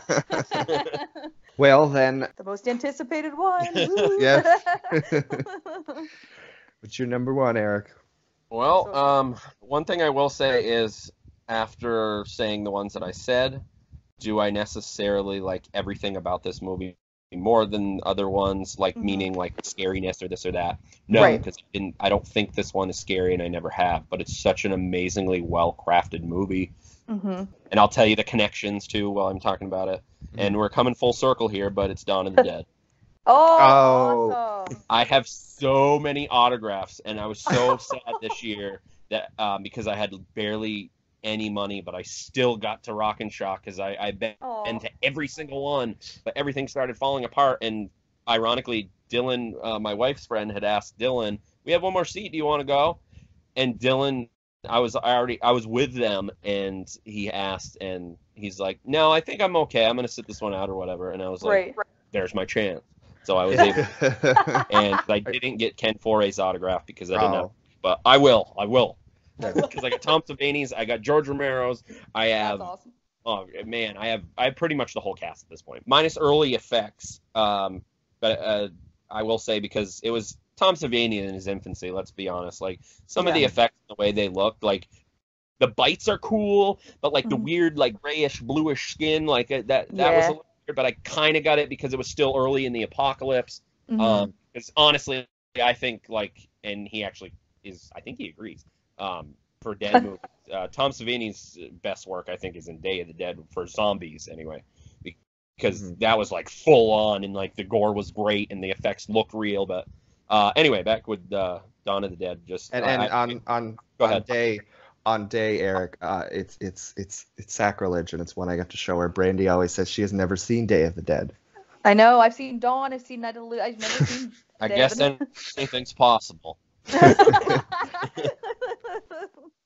But yeah, I think it's just a movie that it's very real. It's very of the time. Like there's a lot of social commentary on it, which George always does. But it's just interesting watching, which is ironic to say, because it's interesting watching the zombie apocalypse start. Because I was like, I thought Night of the Living Dead is when it started, but unless it's kind of, are they around the same time? But I don't think so. So anyway, that was one part I didn't understand because, but anyway, yeah, I just love so many different people in the movie, and they all do like great roles. And the guy who plays Roger is probably my favorite character, ironically, because I hate when he's fucking around and he's acting like he's like, oh my god, like we got this by the ass or whatever it says. And he fucking gets bit, and I'm like, you son of a bitch. And I was so like, I know he was gonna turn, but when he turned, it was like real, like, oh, he really is gone, like, but he was like one of my favorite characters. And then in the end, I always remember too, like, again, spoiler alert, but when Ken Foray was gonna, his character, he was gonna, I love how I can't remember his name, but he'd be in one of my favorite movies. He was gonna shoot himself, and then he's like, no, fuck this, I'm gonna save the day, kind of thing. And then he got in the helicopter, and she was just like, do we have enough gas or something like that? And then she's like, how much gas do we have? Not much. And he's like, okay, like nothing else we can do. Let's try to find something else. I love when Tom Savini's, I guess it's his game, storms the mall and like takes over and shit like that. And I thought that was great. A cool like connection with something else with me is, I love the blood pressure one. Remember? And then it like zero, rips his arm off. But another cool connection with another favorite thing of mine, the machete that is put into the zombie's head, like that famous scene that and he rips it out. Tom Savini rips it out of his head.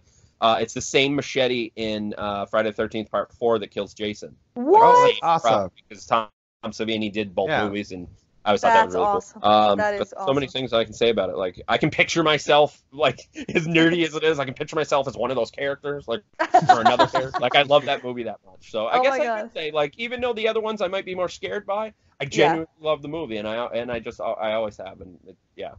Yeah, and I like it more than more than the sequels, but they're different, so it's hard to compare them too. Because I love Day and I love Night, but I will go back to what you were saying, Dylan. When you had initially said that, I wasn't even surprised, and I went back and like watched the remake again at that time because I've seen it a lot since then, and I begrudgingly kind of arguing with myself to a degree, have to agree. I think it's better. I do, and I can't believe saying that because I love Night of the Living Dead, and I love to see it at the theater when they brought it here. But the original, that's awesome. The remake is just so. Wasn't there even? I always felt like I read a connection to Dawn with this remake. I feel like there's, and people think that it's like an Easter egg or a connection to Dawn of the Dead. Isn't it the end of the remake of Night? There's like a helicopter flying above the little field that they're at. Oh my God, you just blew my mind. I never even thought about that. So maybe they are kind of close. Yeah, I always thought that was supposed to be an Easter egg, and that was supposed to be the helicopter from Dawn. That's cool. Cool. One thing I was going to say that was a connection from before, I'm glad I thought of it because I wanted to mention it, was when I mentioned Lucio Fulci and I mentioned Zombie. Now, Dario Argento actually was like a producer or something with George. Like they had a collaborative thing with Dawn of the Dead. Oh, yeah. Because I remember Argento did his own like edit of the movie and brought it back to Italy and called it Zombie. And then in Italy, the movie I mentioned, Zombie, is not a sequel, but in Italy did that a lot with American movies. They just call it a sequel so people would see it. But in Italy, it's called Zombie 2. So in Italy, they think that Dawn of the Dead is the first movie from that zombie movie. Oh, that's cool. In reality, being like as nerdy as I am, if you watch them in reverse, it actually makes a little bit more sense because at the end of Zombie, again, spoiler alert, they're walking across a bridge in like Brooklyn, and I always or somewhere like that. It's in New York, and there's a connection there that I always thought about. Like, could this be the beginning of Dawn? Like, if you reverse them, like, it's interesting. But anyway, I think I rambled on enough about how the amazingness of Dawn of the Dead I think it is. But well, I wanted to ask Dylan, were you shocked by his number one? Now that he says it, no, I'm not. Although that makes sense. Yeah, there's one thing he didn't mention that I always just loved about this movie, and it's nothing big or important, but that fucking the blood color was always like, that's red paint, man. It's like paint. That's like bright red paint. Yeah, I know. Yeah, definitely. But I just love the setting of it. The setting in the mall was always amazing. I know. And, like, that also kind of had a cool reveal, even though you knew that something was going to happen. But the Flyboy, when he's in the elevator and then he does get bit a lot, and it has that reveal, like when the elevator doors open, and he kind of just looks at these, and then like that something just clicks, and they all just turn around like he's one of us now, and he's the one that leads them up to their hiding place. I thought he was a fantastic zombie. Absolutely. His limp, his movement, he's like holding the gun on his like finger. And he's twirling the gun, and yeah. Not twirling it like he's trying to show off. He's a zombie. He doesn't even know the gun's on his finger. Well, there was a quick little Resident Evil connection that I don't think either of you would get, but Resident Evil Outbreak games, Brandi, that I really would like you to try. They're like episodic. They're kind of like anthologies. They each like, this scenario takes place in a bar. This scenario takes place in a police station. But there's an Easter egg where you're going across the bridge, and it's just Raccoon City Mall. And I always thought I really would have loved if they had a scenario set in the mall as a big homage to Dawn of the Dead. They should, because isn't there a game that literally is that? Dead Rising is in a mall. Dead Rising, where it's literally just like murdering a bunch of zombies, but it always takes place in a mall. So I always was like, that's so Dawn of the Dead. Like, I love that. Oh, that game is ridiculous, but it's fun. Yeah. It is fun. It is ridiculous and over the top. The fucking things that you can find, like anything's a weapon. Yeah, to kill the zombies with it's so fun. Like Ed and I spent like like 2 hours one day just playing that game, and I'm like, why do I like this? This shouldn't be enjoyable. I like stories and I like characters, but this is so fun. Like that mindless type of stuff. But I always thought a mall was a really cool setting because it's so like different. You don't like when you think of a mall, you think of like, oh, shopping and like happy times and fun, but like and like it would be kind of a smart place, I always thought, to kind of hole up in, because there's food, there's clothing, there's like so much shit everywhere. So I always liked that was the setting. That's an interesting thing I wanted to point out too, with on the opposite side of that. It's definitely perfect for us, like as people that aren't zombies. But then there's also that familiarity with the zombies. Like, why do they come here? Because it's familiar. Right. Like they don't. I'm glad you mentioned that, because I always thought that was a really interesting and sort of creepy kind of angle they took on it. Like they're returning to what they remember, or where they, you know. And then once they're in there, certain ones are like looking at things, or my god, like the ones that we always get a kick out of, like, it's cool that they're at a convention, but I mean, I guess because you're always like that with the husband and wife zombie, I guess you would say. Oh yeah, because you see him so many times, and they're riding up and down the escalator, and one of them bumps into him, and he's all like, oh, you know. I always thought that was hilarious. Yeah. Oh yeah, but anytime we saw them, I was like, "Who are you? I don't care about you." Those are his exact words too, and he'd say it just walking by. I'm like, not even to me. Anyway, he's just like, what? But now I'm like, actually, that's kind of cool. I would. Yeah, I know exactly. When you're older, you're like, oh, maybe I would. Now I'd be walking past the fucking wrestlers and be like, "Who the fuck are you? What are you doing here?" Yeah. I get it if it's a wrestling convention, but I never understood that unless there's a connection. Yeah. Like, for instance, one of my wife's favorite movies is John Carpenter's They Live, and Roddy Piper. Oh yeah. But he was in a horror movie, so that gets a pass. Roddy Piper was in that. That's hilarious. I used to watch it. I don't watch it anymore, but that's hilarious. Yeah, he's the main guy in it. Yeah. That's cool. Well, this was a lot of fun. If I mean, unless you guys have something else you want to mention, but this was a lot of fun, and I'm glad we finally did it. You know, it wasn't the Halloween one we wanted to do, but I think this was a lot of fun, and I'm glad we did it. It's the longest one we've done, but it's definitely worth it. Yeah. And you know, I do want to say one last thing about that perfect way to end the conversation about it. One of the greatest lines in the movie ever: "When there's no more room in hell, the dead will walk the earth." Yeah. Oh, I love that. That's awesome. That's awesome. I'll put that on Twitter. That's perfect. Yeah. 100%. When we will do the Halloween one sometime. Yes. And awesome. I definitely want to. It was a lot of fun. I gotta start doing this myself. I'm just a procrastinator, but I've always wanted to do this because I have so much information. I can talk forever and ever and ever. So that's why you should come on more, Eric. You're like such. Absolutely. Anytime. Yeah. Anytime we can figure it out and everybody can do it. I'm game. Always. Oh, awesome. Yeah. I so much figured. fun. I knew that you were into horror, and I knew that Dylan got his love of horror from like his older brother. Like I always heard that, but I didn't know like you. And I know your collection is like massive and awesome, but I didn't know like how much you were like. I didn't know that anybody was as nerdy as Dylan and I with our passion for it. Like I love that. Oh, absolutely. I love that you're just. I even have a bunch of horror tattoos. Like I can't wait to get more. That is awesome. I have a Jason tattoo. Me and Dylan share the Thorn tattoo. I have 2 Lucio Fulci tattoos. Yeah. That is awesome. Okay, well then you are just as passionate. Obviously, if not maybe more than Dylan and I, and you know more because I hate to say, but you are a little older, so you know a little bit more. Hey, I said it. Never. This is one thing maybe you won't find out with our conversations, but I'm not one to get embarrassed. I think that's silly. I don't care if you say something like that. Like, it's fine. I don't care. I think it's funny. That's true. Right. You're right. I like that though, because you're not like easily offended. I like that. I don't get offended. It's not even easily. I get offended. I don't care enough to be offended. Let's put it that way. I love that. Well, that's always one thing I liked about Dylan. So maybe you guys just get, because Dylan's just like, I don't give a fuck. Like, exactly. Like that. It's easier not to care. That's my life motto. It's easier not to care. There you go. Life lessons at the end of the podcast, kids. Listen to this. Yeah. But like what you like. Don't give a fuck about what anybody else thinks, and just love it to the fullest. And I like that. It's favorite. It's my favorite thing in life, other than my family, obviously. So. Oh, I love that. Yeah. Dylan, that's how you need to end it, right? What he just said. Then you can end it right there. Yes. That is a perfect ending. But I also want to say this, and I've wanted to say this before. This will be a promise. When we ever do cover the Friday the 13th movies, you are going to be on for those. Definitely. 100%. Well, I would hope so. Yeah, well. And I would be offended. All right, would be offended. I love that. I'm just kidding. Obviously.